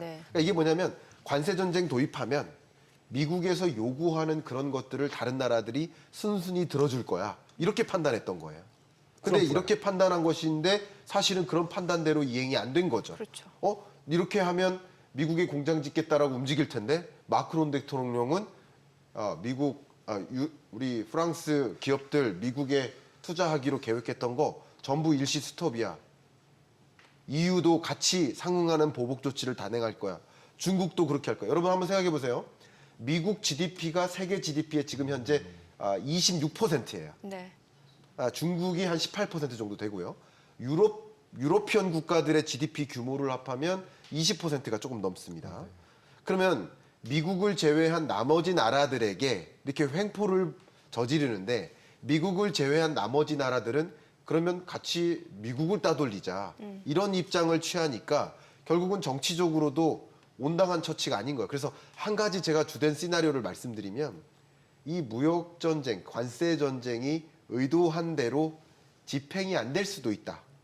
그러면 지금은 제가 아까 말씀드렸듯이 대공황이 온 게 아니라 스태그플레이션이 온 것이 아니라 대공황이 올 거다. 혹은 스태그플레이션이 올 거다. 미국 경기 침체가 올 거다라는 강한 확신인 거예요. 네. 공포감. 예. 그것 때문에 주식시장에서 떠나면서 나타난 현상인데 만약에 두 번째 말씀을 드리면 관세 전쟁을 이행 안 하고 중간에 중도 해지한다라는 의사결정이 발표되면 또 어떻게 될까요? 원상복구 되겠죠. 이게 한 가지 시나리오입니다. 네. 원상복구가 될까요? 될 수 있죠. 이제 관세 전쟁 없겠네? 라는 방식으로 간다면 이게 첫 번째 시나리오고요. 네. 두 번째 시나리오는 보복의 보복이죠. 악순환인데요, 그러면. 그러면 더 조정이 있을 수 있죠. 무슨 말이냐? 미국이 상호 관세 발표했어요. 중국이 보복 조치 단행했어요. 이 보복 조치는 그냥 관세율로만 보복한 게 아니라 너네가 34%, 나도 34%. 거기에 추가해서 희토류 광물 공급 차단할 거야. 두 번째 미국에 대한 기업 제재 할 거야. 이 세 가지 종류의 보복 조치를 단행했어요. 이렇게 하니까 그러면 역시 미국이 또 보복에 대한 보복 조치를 단행해요. 이런 보복들이 있으면 또 추가적인 조정이 있을 수 있습니다. 또 중국의 보복 말고 EU의 보복 이런 것들이 또 맞물린다면 또 시장은 더 억눌릴 겁니다. 그러니까 두 가지 시나리오가 큰 틀에서 이렇게 관세 전쟁을 전개하겠다, 예외 없이 단행하겠다라고 해놓고 관세 전쟁을 취하하는 일이 있거나 굉장히 현재로서는 가능성을 좀 희박하게 두고 있지만 네. 취하하는 일이 있거나 혹은 4월 9일 이전에 모든 국가에 대해서 관세를 때리겠다라고 발표했지만 이제 한국은 예외야. 일본도 예외야. 왜냐하면 우리가 원하는 상응하는 조치를 단행했으니 그럼 예외 조치들이 단행되는 경우 그런 관련된 밸류체인을 중심으로 주가가 또 상당 부분 올라갈 수 있습니다. 어쨌든 이런 철회하거나 예외 조치를 단행하는 수순으로 간다면 반등하는 움직임이 있을 것이라고 그림 그리시면 어떨까 의견드리고 반대로 보복, 추가 보복 혹은 다른 나라들의 보복 이런 것들이 전개된다면 지금 이 바닥이 아닐 수도 있지 않을까라고 그림 그리시면 어떨까 하는 게 저의 기본적인 의견입니다. 만약에 관세가 지금 이미 30에 20에다 34 해서 이제 50이 넘어갔잖아요. 중국 네. 같은 경우는. 네. 그런 상황에서 더 추가로 올리나 지금 현재 레벨이나 어차피 못 팔기는 마찬가지 아닐까요? 네, 어차피 못 파는 건 마찬가지입니다. 네, 그러면은 결국은 추가로 올리는 전쟁을 한다고 해도 임팩트가 어느 정도로 이미 정해진 만큼 반영이 되지 않았나 이렇게 생각할 수는 없을까요? 그 부분도 굉장히 일리 있는 지적이신 것 같습니다. 근데 저의 의견을 드려보면 일단 지금의 관세 전쟁은 그냥 단순히 비즈니스를 고려한 관세 전쟁일까요?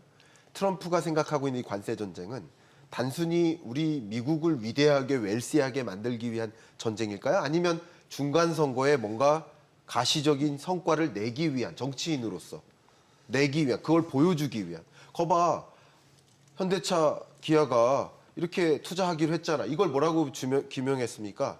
타리프 이펙트, 관세 효과라고 표현했어요. 그런 관세 효과가 나타나는 것을 보여주기 위해 해왔던 거예요. 근데 다만 관세 효과가 나타나기는커녕 더 안 좋은 악재들이 작용한다면 중도 하차할 수도 있다라는 이야기를 해드렸던 것이고 근데 어쨌든 이런 모든 것들이 트럼프라는 정치인 혹은 상원 의원들이라는 정치인은 중간 선거를 앞에다 둔 의사결정이라고 생각해보고 네. 시진핑도 역시 물러서면 시진핑 입장에서 정치적인 입장을 가질 수가 없겠죠.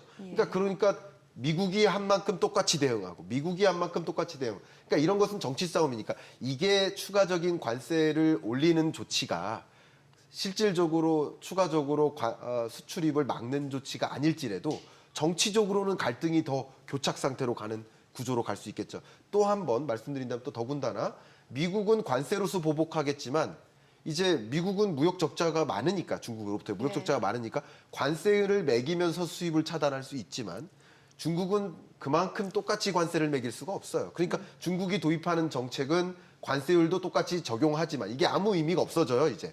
관세율도 똑같이 올리겠지만 관세율 플러스 희토류 공급 차단이나 뭐 기업 제재라든가 극단적으로 마지막까지 만지작거릴 수 있는 카드는 미국 국채에 매도할 거야. 그렇죠. 이거 아. 예를 들면 예. 이런 식으로 무역 전쟁의 형태로 이게 정치 싸움인 거죠. 네. 정치 싸움이 여러분들의 주식 계좌를 좀 안 좋게 무너뜨리고 또 많은 투자자, 많은 국민들을 아우성 갖게 만드는 요소인 거지. 어쨌든 이건 정치 싸움이라고 해석하기 때문에 그런 맞불을 지피는 일들은 있을 수 있다. 없다고 가정하기 어렵다. 이렇게 저는 생각을 합니다. 그리고 이게 단순히 지금 미국 대 다른 상대 교역국과의 그런 무역 전쟁이 아니라 지금 이제 중국이 이렇게 미국으로부터 그렇게 고율의 관세를 받게 되면은 네. 미국이 아닌 다른 나라에 수출하게 되잖아요. 예를 들면 유럽연합이라든지. 그렇습니다. 그러면은 이제 유럽연합 입장에서도 자국의 산업을 보호하기 위해서 덤핑으로 들어온 중국산 제품을 좀 어느 정도 막아야 되잖아요. 그렇죠. 그럼 거기에 또 역시 유럽연합도 중국에 또 관세를 부과하게 되고 이런 식으로 네.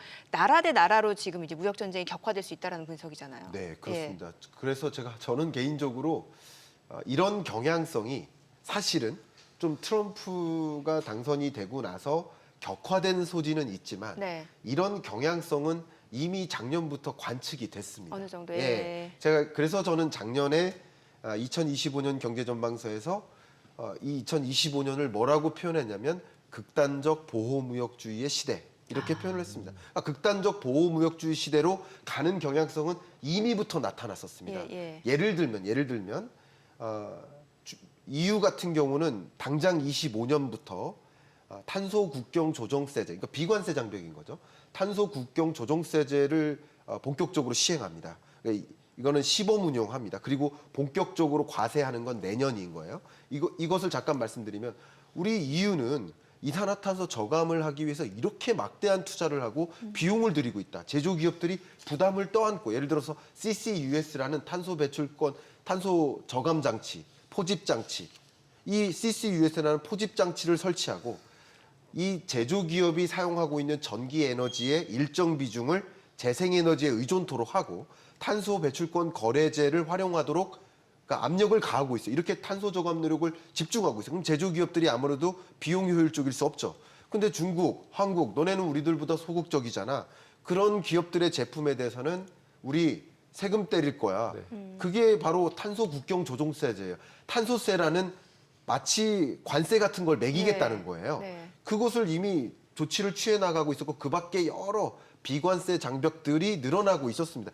좀 극단적으로 케이스를 제가 정리한다면 극단적으로 중국의 비아드 같은 경우도 한국의 전기차를 팔기 위한 준비를 마무리했습니다. 그렇죠. 예, 지금 유통 네트워크를 다 구성 마무리했습니다. 근데 지금 예상보다 판매일이 지연되는 이유는 우리나라에서 인증을 안 해주고 있기 때문이에요. 환경 인증 같은 거. 근데 굳이 따지면 이 환경 인증도 보호무역 조치죠. 그러니까요. 비관세 장벽이. 네, 맞습니다. 바로 이런 겁니다. 이런 비관세 장벽들이 서로 자국 산업들을 보호해내기 위한 그런 노력들을 계속 극화시켜 나가고 있는 극단적 보호무역주의 시대에 트럼프의 등장이 결국 더 보호무역주의를 강화하는 조치로 트리거가 됐네요. 내몰게 만든. 그러니까 거의 네. 기름 붓는 거죠. 이미 그러네요. 불타고는 있었는데 기름까지 분 거죠. 그래서 격화되는 모습이다. 저는 이렇게 그립니다. 보호무역을 한다고 하지만 기본적으로는 내 수출하는 나라들이 정해져 있었잖아요. 네. 그리고 수입하는 나라가 정해져 있었고 그렇죠. 기본적으로 네. 한쪽으로 치우쳐져 있었던 부분들이 분명히 존재하고 있는데 네. 그거를 합의해서 글로벌라이제이션이 됐던 거고 그걸 통해서 성장을 이룬 거잖아요. 네. 근데 기본적으로 그 부분을 다 부정을 하고 있는 부분이고 말씀하신 환경세 같은 경우도 네. 기본적으로 트럼프는 일단 나 환경 모르겠어. 네. 기름 팔 거야. 그렇죠. 이렇게 딱 때려버리니까 이제 기본적으로 EU에서는 이건 뭐지? 라고 할 수밖에 없는 상황이고 그렇죠. 그 상황에서 이제 저렇게 관세 전쟁을 딱 선포를 해버리는 상황이면 이거의 마무리 끝부분을 어떻게 해결할 방법이 거의 안 보이지 않나요? 적어도 저는 이 마무리를 어떻게 가져갈까 이거 굉장히 어려운 이제 시나리오인데 제가 소설 쓰는 게 아니라 네. 한번 소설에 가까운 이야기일지 모르지만 의견을 한번 드려보도록 하겠습니다. 네네. 이런 것도 가능하다라고 저는 생각을 합니다. 말씀을 드려보면 바이든 행정부 기간 동안 네. 중국을 고립시키고자 노력했어요. 근데 고립시키고자 하는 그 방법이 뭐였냐면 미국과 미국 우방국들이 똘똘 뭉쳐서 중국을 제재하자 했던 거예요. 근데 재밌게도 중국은 나머지 우방국들과 똘똘 뭉치기 시작합니다. 예. 중국이라고 러시아하고 친하지 않아요. 네. 굉장히 이격이 있는 나라입니다. 근데 전략적 동맹 관계를 형성합니다. 네. 또 역시 마찬가지로 러시아에 대해서 경제 제재를 가하죠. 러우 전쟁 이후에 경제 제재를 가면서 러시아산 천연가스 사주지 말자, 네. 원유 사주지 말자, 알루미늄 사주지 말자. 그랬더니 나머지 비동맹국들끼리 동맹국이 결성돼서 러시아산 천연가스 원유를 엄청나게 싸게 수입해다 씁니다. 인도, 중국, 많은 날들이. 그러니까 결과적으로는 전략적 동맹 관계가 형성이 됩니다. 제가 무슨 말씀을 드리냐면 이게 가장 대표적인 근래 우리가 경험했었던 모습인데 그래서 트럼프가 이걸 지적했죠. 바이든은 중국을 고립시키지 못했다. 그래서 나는 동맹주의로 안 가겠다. 근데 예상했던 것보다 강한 상호관세, 보편관세가 도입된 겁니다. 지금 현재. 네. 그러니까 세상이 놀란 건데 예상했던 수준이면 이 정도 놀라지 않을 거예요. 그렇죠. 제롬 파월 연준 의장도 예상했던 것을 너무 뛰어넘는다. 그래서 입장을 완전히 바꿨습니다. 그렇죠. 이번에 예. 입장을 바꿨는데 그 부분을 말씀드리면 결과적으로는 아까 말씀드렸던 미국은 세계 GDP의 약 26% 정도를 차지하는데 나머지 국가들 생각해 보면 그걸 넘는 GDP 규모인 거예요. 75%인 거예요. 또 EU에서는 마크롱 대통령이 뭐라 했냐면 우리 유러피언 인구가 4억 5천만이다. 미국 인구 3억 5천만 아니냐. 우리가 더 많은 시장이다. 이렇게까지 얘기해. 이게 뭐냐면요. 유럽도 미국에 대해서 지금 갈등을 갖고 있고 그 밖에 여러 가지 이슈로 러우 전쟁이 러시아와의 관계나 여러 가지 면에서 갈등을 갖고 중국은 당연히 갈등 갖고 있고요. 그리고 다른 나라들도 보니까 경제적으로 이롭지 않아요? 그리고 한중일 장관급 회의를 거쳐요. 지금 이게 뭐예요? 어떤 모습이에요? 미국을 오히려 고립시키고 우리끼리 경제적인 교류를 더 강건히 하자라는 모습으로 갈 수 있고 오히려 미국에 철강 수출하고자 했던 멕시코와 캐나다 알루미늄과 철강을 수출하고자 했던 이 국가들이 그러면 미국으로 수출을 못하게 됐어요. 그럼 철강 가격을 떨어뜨려서 유럽에 수출해야 됩니다. 그리고 우리는 대신 뭘 해줄 거야. 이게 비즈니스적으로 전략적 파트너십이 형성되는 모습인 거예요.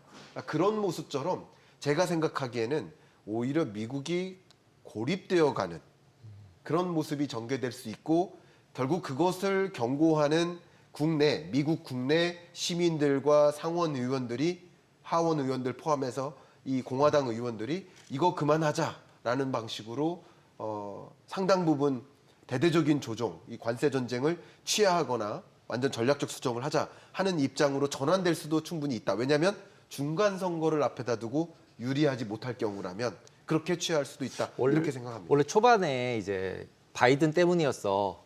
그 중간 선거 전까지 주식을 빼고 네. 그 다음에 어느 정도 이제 저희가 이제 막다운이라고 표현을 하는데 보통 네. 이제 트레이딩을 하게 되면 손실을 다 전에 있었던 사람의 손실을 다 처리하고 다 저평가로 바꾸고 그 다음에 자기가 다시 해서 수익 나는 걸 자기 거라고 이제 얘기를 하거든요. 네. 그런 걸 이제 할 거다. 그래서 트럼프가 상반기에 주식 시장도 나쁘게 만들고 다 막게 만든 다음에 이건 다 바이든 때문이었어. 네. 그렇게 하고 그 다음에 이제부터 내가 하는 거야라고 하면서 주식을 올릴 거라고 사람들이 생각을 했는데 네. 그래서 이 정도까지는 안 날 거라고 생각을 했는데 지금 이제 강도가 너무 세진 거잖아요. 네. 그러면 이렇게 된 상황에서 트럼프도 원래 자기의 계획은 아니었잖아요. 이렇게까지 뺄 생각은 아니었잖아요. 네. 그러면은 지금 트럼프 입장에서는 어떤 조치를 지금 자기가 취했을 때 이거를 다시 회복을 시킬 수 있을까? 말씀하신 것 정치적으로 표를 얻으려면 네. 그리고 이제 기본적으로 주식 같은 경우 미국은 40링케나 이런 것들 때문에 주식이 빠지면 빠질수록 인기도가 떨어지잖아요. 네. 그래서 다시 올려놔야 되잖아요. 네. 트럼프 입장에선. 네. 그러면 이제 저희는 이제 뭐 미국이 잘 되고 못 되고도 굉장히 중요하지만 투자했던 이제 원금을 어떻게 회복을 할까라는 게 중요하잖아요. 지금 내가 뭘 해야 될까? 이 상황에서 내가 손실 로스컷을 해야 될까? 아니면 여기서 뭘 해야 될까를 고민을 하게 되는데 그럼 기다리려면 기다리는 이유가 있어야 되고 또는 여기서 내가 다 좀 정리를 해서 현금화했다가 더 빠질 것 같으니까 더 사야 될 거냐 이런 생각들을 하게 될 것 같은데 그 지금의 현재 이 트럼프 상황에서 다시 올릴 수 있는 방법이 있을까라는 이제 물음표가 계속 던져지더라고요. 의견 드리겠습니다. 뭐 워낙 여러분들도 잘 알고 계시지만 주식은 현재에 투자하는 겁니까? 미래에 투자를 하는 겁니까? 미래에 투자를 하는 겁니다. 그러니까 잘 생각해 보시면 이 주가가 고공행진했던 시점이 트럼프의 취임 전입니까? 취임 후입니까? 취임 전이에요. 그러니까 트럼프 이펙트는 취임 전입니다. 예. 저는 작년에도 그런 의견 드렸습니다만 트럼프 당선되고 취임 전까지 트럼프 이펙트가 작용되고 트럼프가 취임하고서 이런 정책들 나라 살림살이를 운영하다 보면 우당탕탕하는 일들이 있을 거라고 의견을 드렸어요. 그러니까 결국 그 기대가 반영된 게 트럼프 이펙트였다면 네. 이미 기대가 실망감으로 바뀌는 과정이 조정 국면인 것이다라고 저는 생각을 합니다. 또 의견을 드린다면 제 주장이 다 맞다는 것이 아니라 저의 의견을 드리는 것뿐입니다. 참조를 해본다면 저는 관세 전쟁에 따른 조정이잖아요. 네. 그러면 이 관세 전쟁에 대한 그 여러 움직임들이 기대했던 거 이상의 충격이었던 거예요. 그러니까 기대했던 거 이상으로 조정이 있었던 겁니다.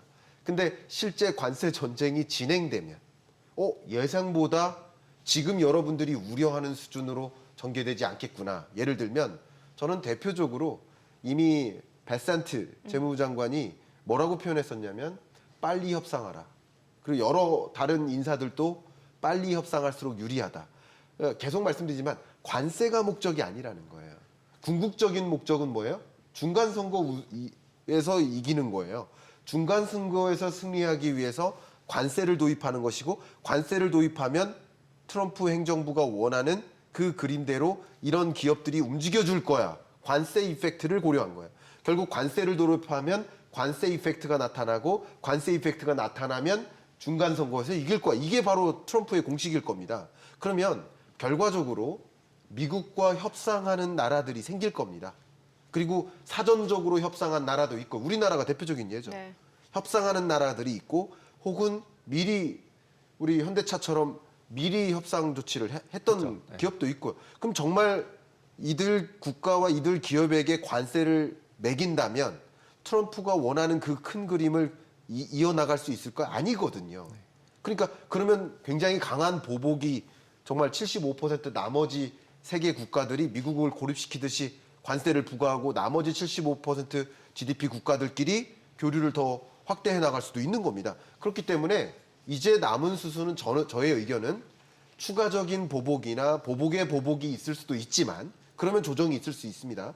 그러나 지금보다 더 센 게 없다라고 가정을 한다면 이제 제외 조치, 너는 예외야. 예외 국가들이 하나 둘 적용돼서 4월 9일 날 관세를 발표할 거라는 거죠. 발효시키는 여러분 한번 생각해 보세요. 트럼프가 어제 얘기 다르고 오늘 얘기 다르잖아요. 여러분 맞아요. 그걸 계속 경험했잖아요. 네. 그러면 언제든지 이 관세 전쟁은 철회할 수도 있다는 내일 또 달라질 수도 해석이 있고. 필요하지 않을까요? 예, 예. 더군다나 트럼프 행정부의 이런 정책은 바이든 행정부의 정책 기조하고 같은 건 뭐냐면 중국을 공격하자예요. 같은 건. 네. 목적은 같은 거예요. 목적은 같지만 잘 생각해보세요. 수단이 다른 거예요. 바이든은 칼로 싸웠고 트럼프는 총으로 싸운 거예요. 칼이 뭐예요? 비관세 장벽인 거예요. IRA 칩스법. 법으로 싸운 거예요. 근데 이 법은요. 바이든이 이랬다 저랬다 할 수가 없어요. 의회의 통과를 기반으로 한 전쟁이기 때문에. 네. 근데 트럼프는 행정명령으로 싸우는 거잖아요. 그렇죠. 그러니까 언제든지 바꿀 수 있는 겁니다. 그러니까 언제든지 바꿔왔고요. 그러니까 극단적인 경우에는 철회. 또 중립적으로 가장 가능성이 높은 사례로 들어드린다면 협상을 미국 우호적으로 해준 나라들한테 예외 조치. 네. 그럼 그런 모습들을 본다면 관세가 단행될 때 다른 나라들도 따라서 우죽순 따라하겠죠. 차라리 관세 면제받자. 네. 그러면 트럼프의 의지대로 갈 겁니다. 네. 그러니까 저는 가장 가능한 시나리오를 생각한다면 몇몇 국가들이 우호적인 협상을 하고 있고 그런 나라들을 예외 조치해주면서 관세 조치가 단행된다라고 가정할 때 그러면 시나리오가 긍정적인 시나리오로 가정하는 것이 맞지 않을까. 지금의 상황에서는 그렇게 되지 않을까 저는 의견을 드리고 싶습니다. 베센트나 이제 지금 파월 같은 경우도 약간 이제 트럼프랑 등을 졌잖아요. 네. 등을 진 상태인데 만약에 베센트가 진짜로 최근에 나오는 그런 뉴스들처럼 트럼프랑 싸워서 이제 그만둔다거나 네. 베센트가 네. 자, 그럴 경우에는 어떻게 될까요? 왜냐하면 베센트 장관이 딱 됐을 때 시장에서 와 트럼프가 마음대로 하진 않을 것 같아. 드디어 시장 논리를 좀 받아들이나 봐라고 하면서 주가도 올렸었고 이제 금리도 좋게 만들었었잖아요. 네. 그랬는데 지금 갑자기 둘이 싸우는 뉴스들이 이제 어제 그제 보이니까 만약에 베센트가 이제 진짜 사임하고 나갔다. 그리고 재정부 장관 또 이상한 사람 앉혔다. 그러면은 어떻게 될까라는 생각이 들더라고요. 그래서 지금은 어떻게 생각하면은 미국의 신뢰 부분이 훼손됐냐, 훼손되지 않았냐, 그리고 향후에 이 정책을 바꿨을 때 훼손된 게 회복이 될까라는 물음표가 계속 던져지는데 네. 교수님은 어떻게 생각하시나요? 예, 그 부분도 저도 상당 부분 공감합니다. 일단 트럼프 행정부의 이런 관세 전쟁에 대해서 동의하는 사람은 그렇게 많아 보이지 않아요. 그쵸, 예. 여러분 주목하고 계시지만 기사를 통해서 주목하시지만 뭐 연준 위원 파월 연준 의장부터 연준 위원들 다 마찬가지. 네. 그밖에 뭐 재무부 장관이나 공화당 의원들이나 여러 발언들을 보면 대부분 트럼프의 이런 무지막지한 관세 전쟁, 상호 관세까지는 동의하잖아요. 심지어 같은 Make America Great Again을 외쳤던 일론 머스크조차 네, 그 맞습니다. 정도의 관세 전쟁을 원하지는 않았어요. 네. 그러니까 그 누구도 동의하지 않으니까 제 생각에는 이렇게 우당탕탕 하는 과정에서 시스템적 리스크로 가는 거 아니야 하는 우려는 분명히 있을 수 있으나 결과적으로는 트럼프가 어느 정도 한 발 물러서는 그게 물러서는 게 예외 조치를 단행해 주는 네. 나라들이 하나둘 등장하는 그런 수순으로 가지 않을까 하는 생각을 저는 개인적으로 갖고 있습니다. 예. 자, 그럼 뭐 이런 상황에서 지금 이제 제롬 파월 연준 의장도 지금 관세로 인한 영향이 일시적이지 않을 수 있다라고 입장을 바꾼 상황이고 네. 이러다 보니까 지금 이제 월가나 시장에서는 연준이 금리 인하를 조금 더 많이 할 것이다. 뭐 4번, 5번까지도 얘기 나옵니다. 네. 이거 사실 트럼프가 원하던 거잖아요. 네. 예. 말씀을 드려보면 이렇게 생각하시면 좀 도움이 되겠습니다. 어쨌든 트럼프 입장에서는 금리 인하를 즉각 요구할 거야 취임했던 그 주에 네. 다보스 포럼에서 화상연설로 예. 즉각 금리 인하를 요구할 거야라고 해놓고 2달 반 정도 가까이 한마디 전화 한 통 안 했습니다. 제롬 파월 연준 의장 들으라고 드디어 SNS로 한마디 한 거예요. 지금이 금리를 인하하기 맞아. 위한 퍼펙트한 타임입니다. 너 정치 이렇게 표현하겠습니다. 정치짓 하지 마라. 정치 노름하지 마라. 이렇게까지 표현했어요. 드디어 한 겁니다. 네. 근데 그것에 대한 반응, 바로 그것에 대한 제롬 파월의 반응이 4월 4일 날 한 세미나에서 있었죠. 네. 뭐라고 했냐면 금리 인하할 시점은 아니다. 고려하겠다. 결국은 파월이 걱정했던 것은 물가는 상방 압력을 줄 수 있고 경기는 하방 압력을 줄 수 있다. 그렇죠. 이걸 다른 말로 스태그플레이션을 가져올 수 있다. 네. 라고 해석을 한 거예요. 그러면 파월의 의사결정대로만 한다면 파월이 그동안 수십 차례 여러 세미나에서 혹은 정말 여러 연설에서 혹은 뭐 잭슨홀 미팅에서도 계속 누구를 존경한다고 했어요?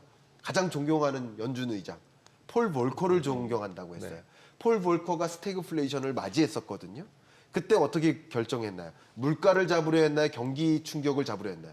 둘 중에 물가죠. 물가를 먼저 잡는 게 수순이다. 수순이다. 그러니까 제롬 파월 연준 의장의 머릿속에는 물가 문제도 있고 경기 문제도 있다면 둘 중에 뭐부터 해결하는 게 맞다? 물가. 문제 해결하는 게 맞겠다.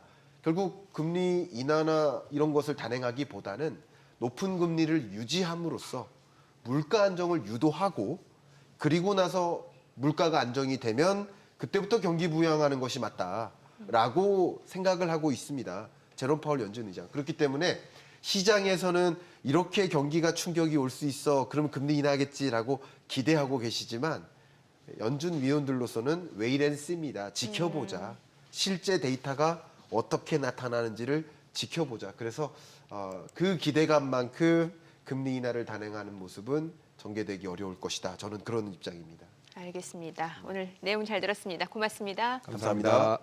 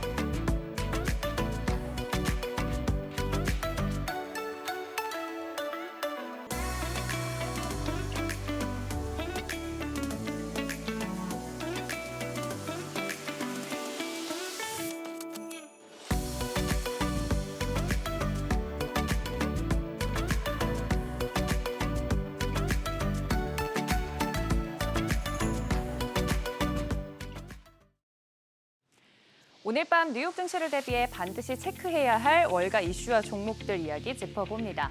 주식시장 급락과 경기 침체 우려, 요즘 뉴스를 보면 굉장히 불안한 내용들이 참 많은데요. 트럼프 행정부는 그런 우려에 괜찮다라는 입장을 내놨습니다. 스콧 베센트 재무장관은 전 세계 50개국 이상이 미국의 관세 인하를 요청해오고 있다며 이는 미국의 강한 무역 전략이 효과를 거두고 있는 증거라고 강조했고요. 하워드 루트닉 상무장관 역시 관세는 국가 안보와 국내 제조업 성장을 위한 필수적인 수단이라며 일부 물가 상승은 감수해야 한다고 밝혔습니다. 다만 레리 서머스 전 재무장관은 이런 관세 정책이 오히려 인플레이션을 키우고 경제를 더 어렵게 만들 수 있다며 우려를 표하기도 했습니다. 트럼프 팀은 그래도 장기적으로는 긍정적인 효과가 있을 것이란 입장을 고수하고 있는 건데요. 보시는 것처럼 SNS를 통해서 미국에 있어 관세는 정말 아름다운 것이라고 거듭 강조했는데요. 관세 전쟁이 우리의 바람처럼 쉽게 끝나진 않을 것 같다는 생각이 드는 대목입니다. 이어서 주말 사이 가상화폐 시장도 흔들렸습니다. 일요일 저녁 비트코인 가격이 5% 넘게 떨어졌고요. 이더리움은 거의 10% 가까이 급락했습니다. 최근 글로벌 금융시장이 크게 출렁이면서 가상화폐도 그 여파를 피하지 못한 겁니다. 불과 얼마 전까지만 해도 트럼프 정부의 관세 정책 발표에도 비교적 안정세를 보이던 가상화폐 시장이었는데 이번에는 투자자들의 불안 심리가 그대로 반영된 겁니다. 아직까지는 뚜렷한 회복 조짐이 보이지 않고 있어서 투자자들 사이에선 변동성에 대한 우려의 목소리가 커지고 있습니다. 현재 비트코인 트럼프 관세 충격에 8만 달러 선이 붕괴된 채 움직이고 있습니다. 마지막은 테슬라입니다. 테슬라에 대한 낙관론으로 유명했던 웨드부시의 댄 아이브스가 이번엔 좀 다른 목소리를 냈습니다. 테슬라의 목표 주가를 기존 550달러에서 무려 315달러로 대폭 낮춘 겁니다. 일론 머스크의 CEO의 정치적 발언과 행보가 브랜드 이미지에 악영향을 줬다는 분석입니다. 특히 테슬라가 점점 정치적 상징처럼 보이면서 소비자들의 거부감도 커졌다고 보고 있죠. 여기에 미중 간 무역 긴장까지 더해지면서 테슬라의 공급망이나 중국 내 판매도 위축될 가능성이 있다고 경고했습니다.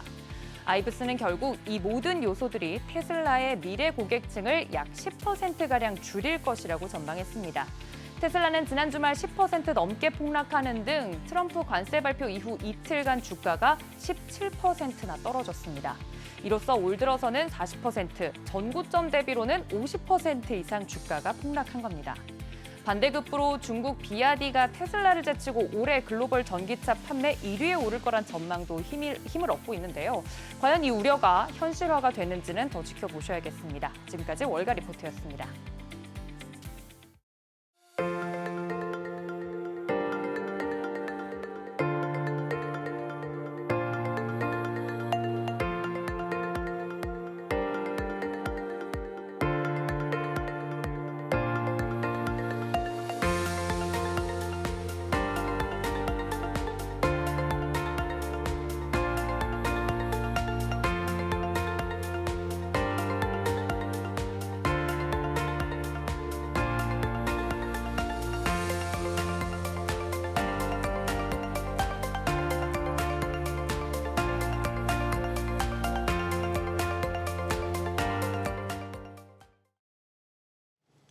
트럼프 대통령이 전 세계 국가를 상대로 보고한 보편 관세 10%가 결국 발효됐습니다. 이제 9일이면 상호 관세도 발효될 예정이죠. 각국이 미국 관세에 대응해서 숨가쁘게 움직이고 있습니다. 머니주민에서는 각각의 대응책과 함께 향후 파장까지 살펴보도록 하겠습니다. 서강대 경제학과 허준영 교수님 자리하셨습니다. 어서 오세요. 안녕하세요. 지금 보니까 외신에서도 나오고 있는 내용인데 트럼프 대통령의 관세가 굉장히 예상보다 강력했고 예상했던 것보다 최악이다라는 평가가 나오고 있는 상황인데 문제는 이제 그 트럼프 대통령 상호 관세가 발표된 이후에 뉴욕 증시가 이틀 연속 지금 폭락한 상황이고 여기에서 이제 트럼프 대통령은 보니까 그 트럼프 인터내셔널 골프 클럽 그래서 골프 라운딩을 했다고. 그리고 앞으로 이 관세가 얼마나 아름다운지 알게 될 것이다. 이런 얘기를 하니까 이게 참 그 미국 내에서도 국민들 지금 불호가 굉장히 높아지고 있다면서요. 예. 지금 시위도 굉장히 심각하고요. 예. 근데 저희 그 트럼프 일기 때 보통 그 많은 학자들이나 경제 쪽에 계시던 미국 분들이 하던 얘기 중에 하나가 그래도 트럼프가 무서워하는 건 비즈니스맨 출신이어서 그런지 주식 가격은 무서워하더라. 이것 떨어지는 건 되게 무서워하더라라고 네. 했는데 지금 벌어지고 있는 일은 굉장히 태연자약하죠. 더 이상 네, 일기 때의 그러니까요. 얘기들이 전혀 통하지 않는 그런 상황인 것 같고요. 제가 보기에는 적어도 이게 만약에 진짜 트럼프가 연기를 한 게 아니라면 트럼프는 다음과 같은 생각을 하고 있는 것 같습니다. 지금 미국이 구조적으로 저희가 시쳇말로 호구 잡히는 것이 있다. 글로벌 경제에 호구 잡히고 있는 것이 있다. 이런 구조적인 문제를 해결하지 않고서는 앞으로 미국 경제의 번영은 없다. 그래서 해방의 날이라는 표현을 썼잖아요. 예, 그렇죠. 예. 이제까지 다른 나라가 미국을 벗겨먹었었는데 그것으로부터 오늘부터 해방의 날이라고 얘기를 한 것도 그런 맥락인 것 같고요. 그래서 그 중간 과정에는 굉장한 페인이 있을 거다. 굉장한 고통이 있을 거지만 하지만 이거 이겨내고 나면 우린 더 좋아지는 저 다음 지점으로 갈 거야. 굳이 긍정적으로 해석해보자면 그런 일들을 벌이고 있는 것이 아닌가 싶습니다. 계속 보유하고 있는 길밖에 없는 건가요? 투자자는? 투자자들 입장에서는 지금 빠지시기도 너무 사실 며칠 사이에 많이, 그쵸, 너무 많이 빠졌죠. 너무 많이 이미 빠져서 손절 타이밍을 놓쳤죠. 예, 손절 타이밍도 네. 안 주고 이런 식으로 네, 방향타를 꺾으면 네. 어떻게 하는 건지 사실 잘 모르겠습니다. 근데 이제 트럼프 같은 경우가 생각하는 게 결국은 메이드 인 USA를 만들겠다는 거잖아요. 물건들이 전부 다 솔직히 미국에서 만들어진 물건이 하나도 없었는데 그 와중에 기축통화 때문에 결과론적으로는 무역수지 적자가 일어날 수밖에 없는 상태고 공장을 만들면 무역수지 적자는 없어지겠지만 대신에 기축통화의 지위를 놓칠 가능성이 많잖아요. 왜냐하면 기축통화라는 것이 밖에서 돌아다니는 달러가 많아야 되는데 네, 맞습니다. 수출이 안 되는 걸로 바뀌면 이제 위안한테 주던지 뭐 유로한테 주던지 점점 쉐어가 줄어드는 건데 그런 거를 트럼프는 어떻게 해석을 하고 있을까요? 그게 저희가 작년 11월에 나왔던 스티븐 미란, 지금 백악관 경제연구위원장 네. 스티븐 미란 보고서를 보면 저희가 그 단초를 얻을 수 있을 것 같은데요. 결국은 달러 패권이 지금 대표님 말씀하신 대로 달러 패권이 좀 약해질 가능성이 있고 그것들에 대해서 달러 자산들이 조금 매력이 없어질 가능성도 있고 하는 것들 얘기하잖아요. 거기다가 지금 미국은 또 하나 무역 수지 적자뿐만이 아니고 또 하나의 중요한 문제가 재정 적자가 굉장히 심각하다라는 거잖아요. 그러면 이거를 한꺼번에 해결할 수 있는 문제가 방법이 뭘까라고 생각한 게 백년물 국채 같은 장기 국채를 더 중요한 건 무이자로 발행하겠다라는 거 아닙니까? 그러면 딴 나라들 입장에서는 미치지 않고서야 이런 짧은 만기의 국채를 갖고 있다가 장기 국채로 바꿀 리가 인센티브가 별로 없잖아요. 그렇죠. 그러면 미국은 뭘 하겠다는 거냐? 방위와 일정 정도 엮겠다. 그래서 미국의 방위 우산에 있는 나라들, 미국의 방위 서비스 받는 나라들은 이거 사게 만들겠다라고 하는 거고, 그럼 그런 나라 입장에서 무슨 일이 생기는지 생각해 보면, 저희의 입장에서 만약에 빙의를 해서 생각해 보면 한국은행이 지금 외환 보유고 중에 미국 단기 국채 갖고 있는 게 있습니다. 단기 국채의 좋은 점은 뭐죠? 유동성이 풍부하다는 겁니다. 쉽게 팔 수 있고, 만약에 우리나라가 달러 쪽에 문제가 생기면 그걸 팔아서 빨리 대응을 할 수 있다는 건데요. 이자도 안 주는 백년물 장기 국채를 누가 시장에서 사겠습니까? 예. 예를 들어 우리나라가 만기 구조가 그렇게 길어졌다, 외환 보유고가 그렇게 됐다, 그러면 우리나라는 대응력이 떨어지거든요. 그걸 모든 나라들이 알고 있어요. 그럼 미국에다 대고 얘기를 하겠죠. 야, 이렇게 하면 우리 외환 대응은 어떻게 하라는 거야? 그러니까 미국이 하는 얘기가, 그거 사면 우리가 연준에다 얘기해서 너네 외환 스왑 라인, 달러 스왑 라인 만들어줄게라고 얘기하는 거거든요. 굉장히 폭력적인 방식이죠. 저희가 1985년에 플라자 합의를 통해서 일본에 대해서 굉장히 폭력적인 방식으로 환율로 조정을 한번 했다면 네. 이번에는 그것과 좀 다른 방식의 폭력적인 방식을 쓰겠다는 것 같습니다. 근데 이제 백년채 같은 경우는 솔직히 저희가 몇 년 전만 해도 유로가 발행한 채권들 0%짜리 채권들이 있었잖아요. 인플레이션만 없다면 0%짜리 채권이 꼭 나쁜 거냐 네. 이렇게 생각할 수도 있잖아요. 네. 트럼프가 너무너무 잘해서 네. 이제 인플레이션을 다 없애고 네. 제로 금리에 가까운 금리의 시대로 바꿔주고 네. 그래서 이제 그런 걸 꿈꾸고 있진 않을까요? 근데 많은 경제 전문가들이 트럼프 정책을 비판할 때 쓰는 가장 빈번한 단어 중에 하나가 5글자가 없다라는 겁니다. 내적 정합성이 없다라는 겁니다. 그 정책 안에서도 서로 상충하는 정책들이, 약달러와 강달러가 상충하고 네. 저금리와 고금리가 상충하는 정책들이 그 안에 존재한다는 거거든요. 그러면 트럼프가 지금 하고 있는 정책들은 분명히 인플레이션을 밀어올릴 소요가 있는 정책들입니다. 아. 근데 이걸 저금리로 가고 무슨 저환율로 가겠다. 사실 그게 되게 이상하게 느껴지는데요. 이해 상충이 되는 거잖아요. 네. 올릴 수 없는 정책을 피면서 올리겠다고 얘기하고 내릴 수 없는 정책을 피면서 내리겠다고 얘기하고. 네, 그렇죠. 그러면 이제 투자하는 사람들의 입장에서는 둘 중에 하나 골라야 되잖아요. 네. 저 말 중에 뭐가 맞을까? 네. 네. 저희 굉장히 경제학자 중에 유명한 존 코크란이라는 사람이 있습니다.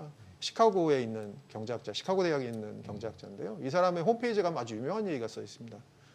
Don't do what I do what I say라고 써 있습니다. 내가 하는 대로 하지 말고 내가 말하는 대로 해라라고 얘기하거든요. 말하는 그러면 트럼프가 지금 하고 있는 것을 저는 딱 반대로 해석하면 좋을 것 같습니다. 그가 하고 있는 대로 이해하는 게 좋을 것 같고요. 그가 말하는 대로는 잘 안 될 것 같습니다. 아, 그러니까 말이라는 건 수시로 바뀔 수 있고 실제로 이제 관세 정책도 이제 발효가 돼서 실행에 옮기는지 여부가 중요하다라는 거네요. 네, 그렇죠. 아니면 경제학 교과서를 다 다시 쓰던지요. 트럼프 버전의 경제학 교과서를 다 다시 쓰는 방법이 있죠. 그러면 지금 어떻게 보면 지금 9일부터 이제 본격적으로 발효가 되는 거잖아요. 네. 약간 이틀 정도의 협상의 시간이 남아 있는 거고. 근데 사실 어떤 협상도 이틀 만에 일어나지는 않습니다. 그러면 우선은 빨리 많은 나라들이 빨리 패키지를 준비해서 관세를 예. 일단 맞더라도 예. 사후적으로 지금 대통령 행정명령으로 미국의 비상경제 수권법 같은 법안으로 하는 거잖아요. 그렇죠. 요거는 다른 대통령 행정명령으로 하는 관세랑 다른 점이 유예기관이나 중간에 그 공시기간 같은 게 없습니다. 원래는 한 3개월 정도 유예를 주고 네. 3개월 동안 너네들 혹시 정부에 대해서 청원할 거 있으면 해봐. 우리가 빼줄 건 빼주고 관세할게 이렇게 하는데 지금은 대통령이 넣었다 뺐다 순식간에 그러게요. 하고 있잖아요. 예. 그러면 결국 지금도 관세율을 깎는 것도 트럼프 마음이고요. 그 대통령 행정명령 같은 걸로 할 수 있습니다. 그런 측면에서는 우선 크게 빵 터트려 놓고요. 제가 자주 최근에 쓰는 용어 중에 하나가 카오스 앤 어텐션이거든요. 그게 트럼프의 전략입니다. 그러게요. 처음에 카오스를 딱 일으켜 놓고 그다음에 상대방이 반응을 막 허둥지둥 하는 걸 보면서 내가 약간 너네들에게 호혜를 베풀어 줄게라고 네. 하면서 지금 본인이 어텐션을 누리고 넘어가는 이거거든요. 근데 어텐션을 했는데 안 올라올까 봐 그런 거죠. 안 올라온다는 게 무슨 그러니까 이제 말씀이죠? 트럼프의 원래의 생각은 이렇게 내가 해결했어 하면서 주가도 회복되고 네. 경기도 좋아지고 네. 다른 나라들이 공장도 미국에다 지어서 일자리도 생기고 네. 이런 거를 원하는 대로 가려고 하고 있는데 중국은 기본적으로는 이제 미국에 어떻게 생각하면 적국으로서 이미 정의가 돼 있는 상태인 네. 거잖아요. 그에 반해서 이제 유럽은 아닌데 네. 유럽에서 저렇게 반대급부에 대한 합의를 못 한다면 네. 관세에 대한 합의를 못 한다면 이거는 트럼프에게는 굉장히 치명적이지 않을까요? 그러니까 치명적일 건데 거기서 트럼프가 뭐라고 얘기할지는 잘 모르겠습니다. 그런데 경제 지표가 나빠지는 데는 시간이 약간 걸릴 가능성도 그렇죠. 있고요. 그러면 네. 트럼프는 뭐 그리고 반대로 또 생각해 보면 경제 지표가 아주 빠르게 나빠지면 이거 다 바이든 때 후반부부터 벌어지던 네네, 그렇죠. 일이야라고 얘기할 가능성도 있는 거고요. 그렇죠. 지금 그러니까, 시점은 충분히. 그러니까 아예 트럼프는 뭔가 부러뜨릴 거면 예. 부러뜨릴 심산이 있다면 그거는 임기 초반부에 하는 게 좋다라고 네. 생각할 수도 있을 것 같고요. 그런 측면에서 지금이 투자하시는 분들 관점에서 정말 최악의 시점일 수도 있는 거죠. 당장 내년에는 미국의 중간 선거가 있습니다. 그렇죠. 보통 중간 선거 잘 아시다시피 정권 심판 선거고요. 그렇죠. 그리고 관세를 올린 대통령들은 보통 다 중간 선거에서 패한 패하죠. 네네. 전적이 있습니다. 예. 내년에 아마 안 좋을 가능성이 있는데 제가 좀 이따 그 아닐 가능성도 말씀드릴게요. 아닐 그 가능성. 아닐 예. 가능성 말씀드릴 텐데 그러니까 내년까지 아마 강력하게 달릴 텐데 지금 시장에서 바라고 있는 또 하나의 바램 중에 하나는 저러다가 내년 초반쯤 돼서 중간 선거 의식하면서 속도 조절하겠지라는 것들에 대한 바람이 하나 있거든요. 근데 최근에 정치학에서 이제 반대 얘기 해드릴게요. 정치학에서 나온 얘기 중에 하나가 뭐냐면 옛날에 그 얼마 전에 정치학계에서 나온 Follow the Leader라는 책이 있습니다. 그 책이 굉장히 유명한 정치학자가 쓴 책인데 무슨 얘기냐면 최근에 이런 얘기입니다. 미시간에서 트럼프를 저번 선거 때 찍었던 사람들을 대량으로 모아놓고 트럼프 정책에 대해서 어떻게, 특히 경제 정책에 대해서 어떻게 생각하는지 다시 물어봤습니다. 네. 그랬더니 그 대부분의 사람들이 정말 잘못된 정책 같다라고 막 불평을 하더라는 거예요. 물가도 오르는 것 같고 일자리는 안 생기는 것 같고 막 하더라는 거예요. 그래서 그 사람들한테 마지막에 다시 물어봤답니다. 너네 그러면 다시 돌아가면 선거 때로 돌아가면 카말라 해리스 찍을 거니? 그랬더니 10명 중에 1명만 찍겠다. 나머지 9명은 돌아가도 트럼프를 찍겠다라는 겁니다. 네. 그러면 Follow the Leader라는 책이 하는 얘기가 뭐냐면 우리는 최근에 정치 지형이 너무 양극화된 여러 가지 이슈가 있어서 이미 자기가 찍고자 하는 후보를 정해놓고 그 후보의 정책을 들여다보기 시작한다는 거예요. 그렇게 봤을 때는 내년에 중간 선거 때 저희가 극적인 반등 없을 가능성도 있습니다. 그러니까 이미 마음으로는 다 정해놓고 네. 어떤 정책에 대한 평가는 그 뒤로 미루는. 네, 그리고 그 정책이 중요한 게 아닐 수도 있는 거죠. 예를 들어서 최근에 미국의 아주 많은 경제학자들이 트럼프 1기 때 일어났던 일들을 데이터가 이제 쌓였잖아요. 네. 그걸 막 분석을 합니다. 그렇죠, 그래서 그렇죠. 야 트럼프가 하려고 했던 거 관세 정책, 미국 내 일자리 별로 안 생겼는데 트럼프가 했던 거 그 관세 정책, 중국하고 괜히 싸우다 미국 농산품들만 수출 잘 안 됐는데 예. 이런 얘기를 합니다. 근데 생각해 보세요. 미국의 스타 경제학자들이 몇 년 분석해서 나올 결과들을 아이다호나 아이오와에 사는 농부들이 알 리가 없잖아요. 그러면 그 사람들한테는 카타르시스가 가는 겁니다. 저렇게 파워맨께서 바쁘실 텐데 우리를 위해서 중국과 고군분투 싸워주고 계시다니. 이게 결국 표로 간다는 얘기들에 대한 예. 페이퍼도 굉장히 많거든요. 예. 그럼 그것들을 퍼퓰리즘인가요, 그러면? 파퓰리즘인 거죠. 그것들을 트럼프도 누구보다도 영민하게 파악하고 있을 겁니다. 그러니까 뭔가 지금 시장에서 기대하는 건 내년 중간 선거가 있을 거니까 그 전에 금융시장이 좀 회복될 수 있는 조치를 취할 거다라는 게 기대감이 있는데 네. 또 다른 시각에서는 뭐 중간 선거는 이미 정해진 네, 시나리오대로 갈 거기 실제로 때문에 정책의 효과들이 예. 표로 연결되는 것들의 상관관계는 굉장히 낮을 가능성이 있다. 예. 그러면 오히려 그 사람들, 지지자들이 원하는 건 스트롱맨으로서의 트럼프의 이미지일 수도 있다. 그럼 네. 만약에 트럼프가 그 길을 선택하게 된다면 당분간은 계속해서 합의를 안 해주겠네요. 가속 페달을 밟을 가능성도 저는 있어 보입니다. 아니 지금 그러니까는 트럼프는 그랬잖아요. 지금 상대 교역국들한테 빨리 대단한 제안을 가지고 오라고 했잖아요. 네. 그런데 지금 보니까 유럽연합은 20% 관세 부과받았는데 네. 영국은 네. 10%예요. 네.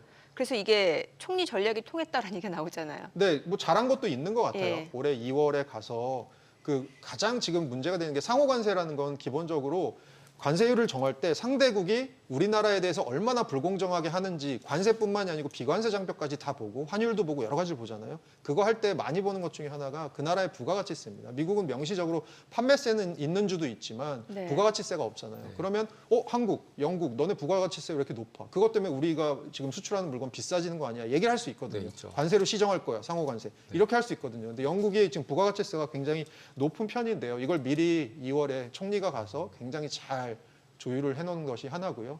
또 하나는 백악관 홈페이지 가보시면 이제 너무나도 유명한 얘기인데 이번에 관세율을 국가별로 어떻게 정했는지에 대한 얘기가 나옵니다.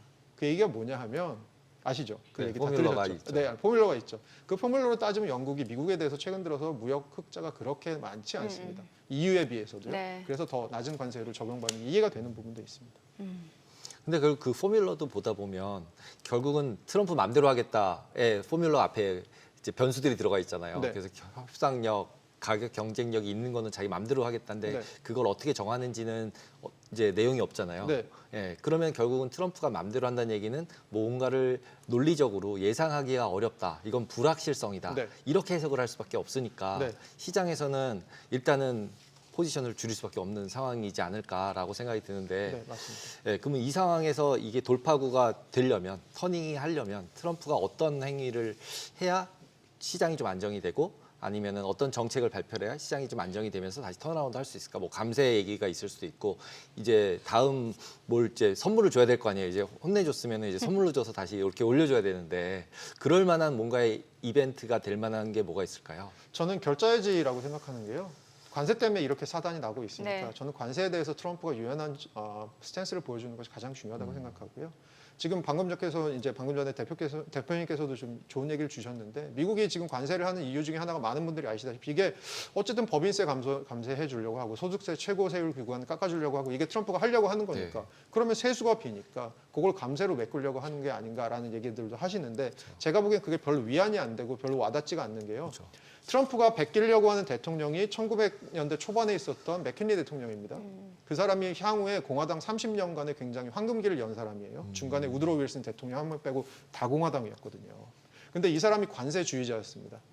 그래서 그 사람이 관세를 올리면서 미국의 세수가 굉장히 늘었어요.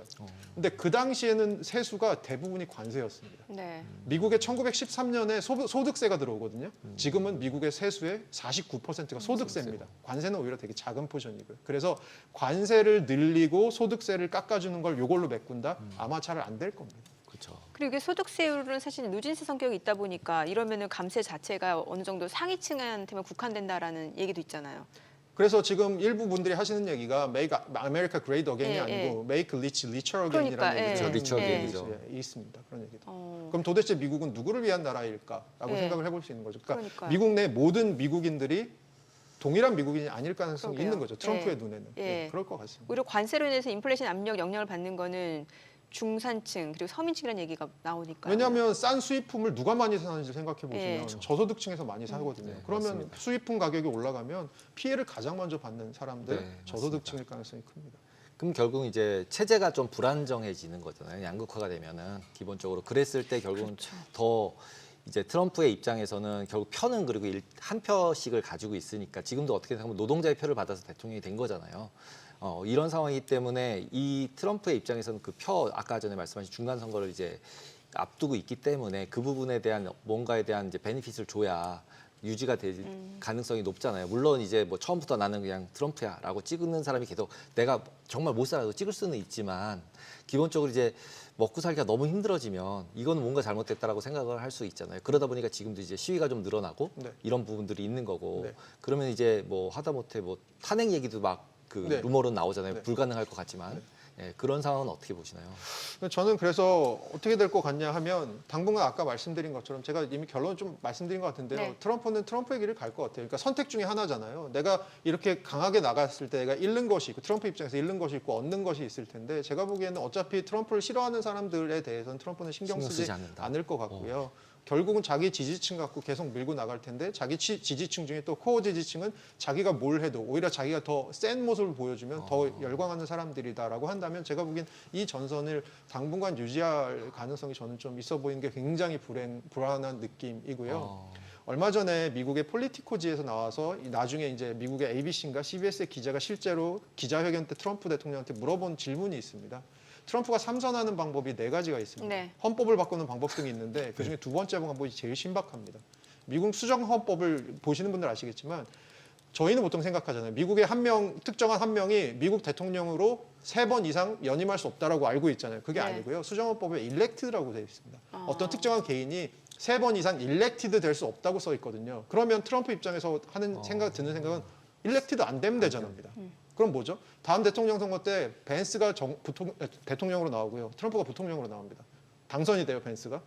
벤스가 첫날 사임합니다. 그러면 트럼프 사면 연임 가능하고요. 얼마 전에 기자회견에서 공식적으로 비슷한 ABC인가 얘기. CBS 기자가 물어봤습니다. 네. 너 그 방법 있는 거 알고 있냐? 그랬더니 그것도 방법 중에 하나다. 사람들은 내가 참선하는 거 원한다. 이런 얘기를 했었죠. 정말 그래요. 온갖 비상식이 벌어지고 있는 네, 맞습니다. 시장도 비이성적인데 네. 이게 트럼프에서 촉발된 비이성적인 상황이네요. 어떻게 보면은. 저희는 보통 경제 정책이나 경제 정책을 하는 사람, 대통령도 그런 사람이죠. 네. 그런 사람들은 그런 시장의 변동성을 좀 줄이는 역할을 해야 그쵸, 된다고 생각을 맞습니다. 하는데 지금 미국에서 벌어지고 있는 정확히 반대입니다. 그 변동성의 소스가 바로 미국 대통령입니다. 라고 생각하시면 될 것 같습니다. 예, 앞으로 뭐 추이는 좀 지켜볼 필요가 있겠네요. 오늘 내용 잘 들었습니다. 고맙습니다. 감사합니다. 자, 오늘 대표님 또 저랑 첫 방송이었잖아요. 네, 굉장히 어떠셨나요? 우울해지는 말씀을 교수님이 해주시는데 교수님 말씀이 맞을 것 같아가지고 불안합니다. 지금 시장 자체가 예측이 힘들죠. 네, 맞습니다. 네. 이럴 때일수록 또 여러 가지 저희가 또 시청자분들을 위해서 체크해야 될 내용들을 좀 발빠르게 전달하는 그런 역할을 해드려야 되지 않을까라는 생각이 드네요.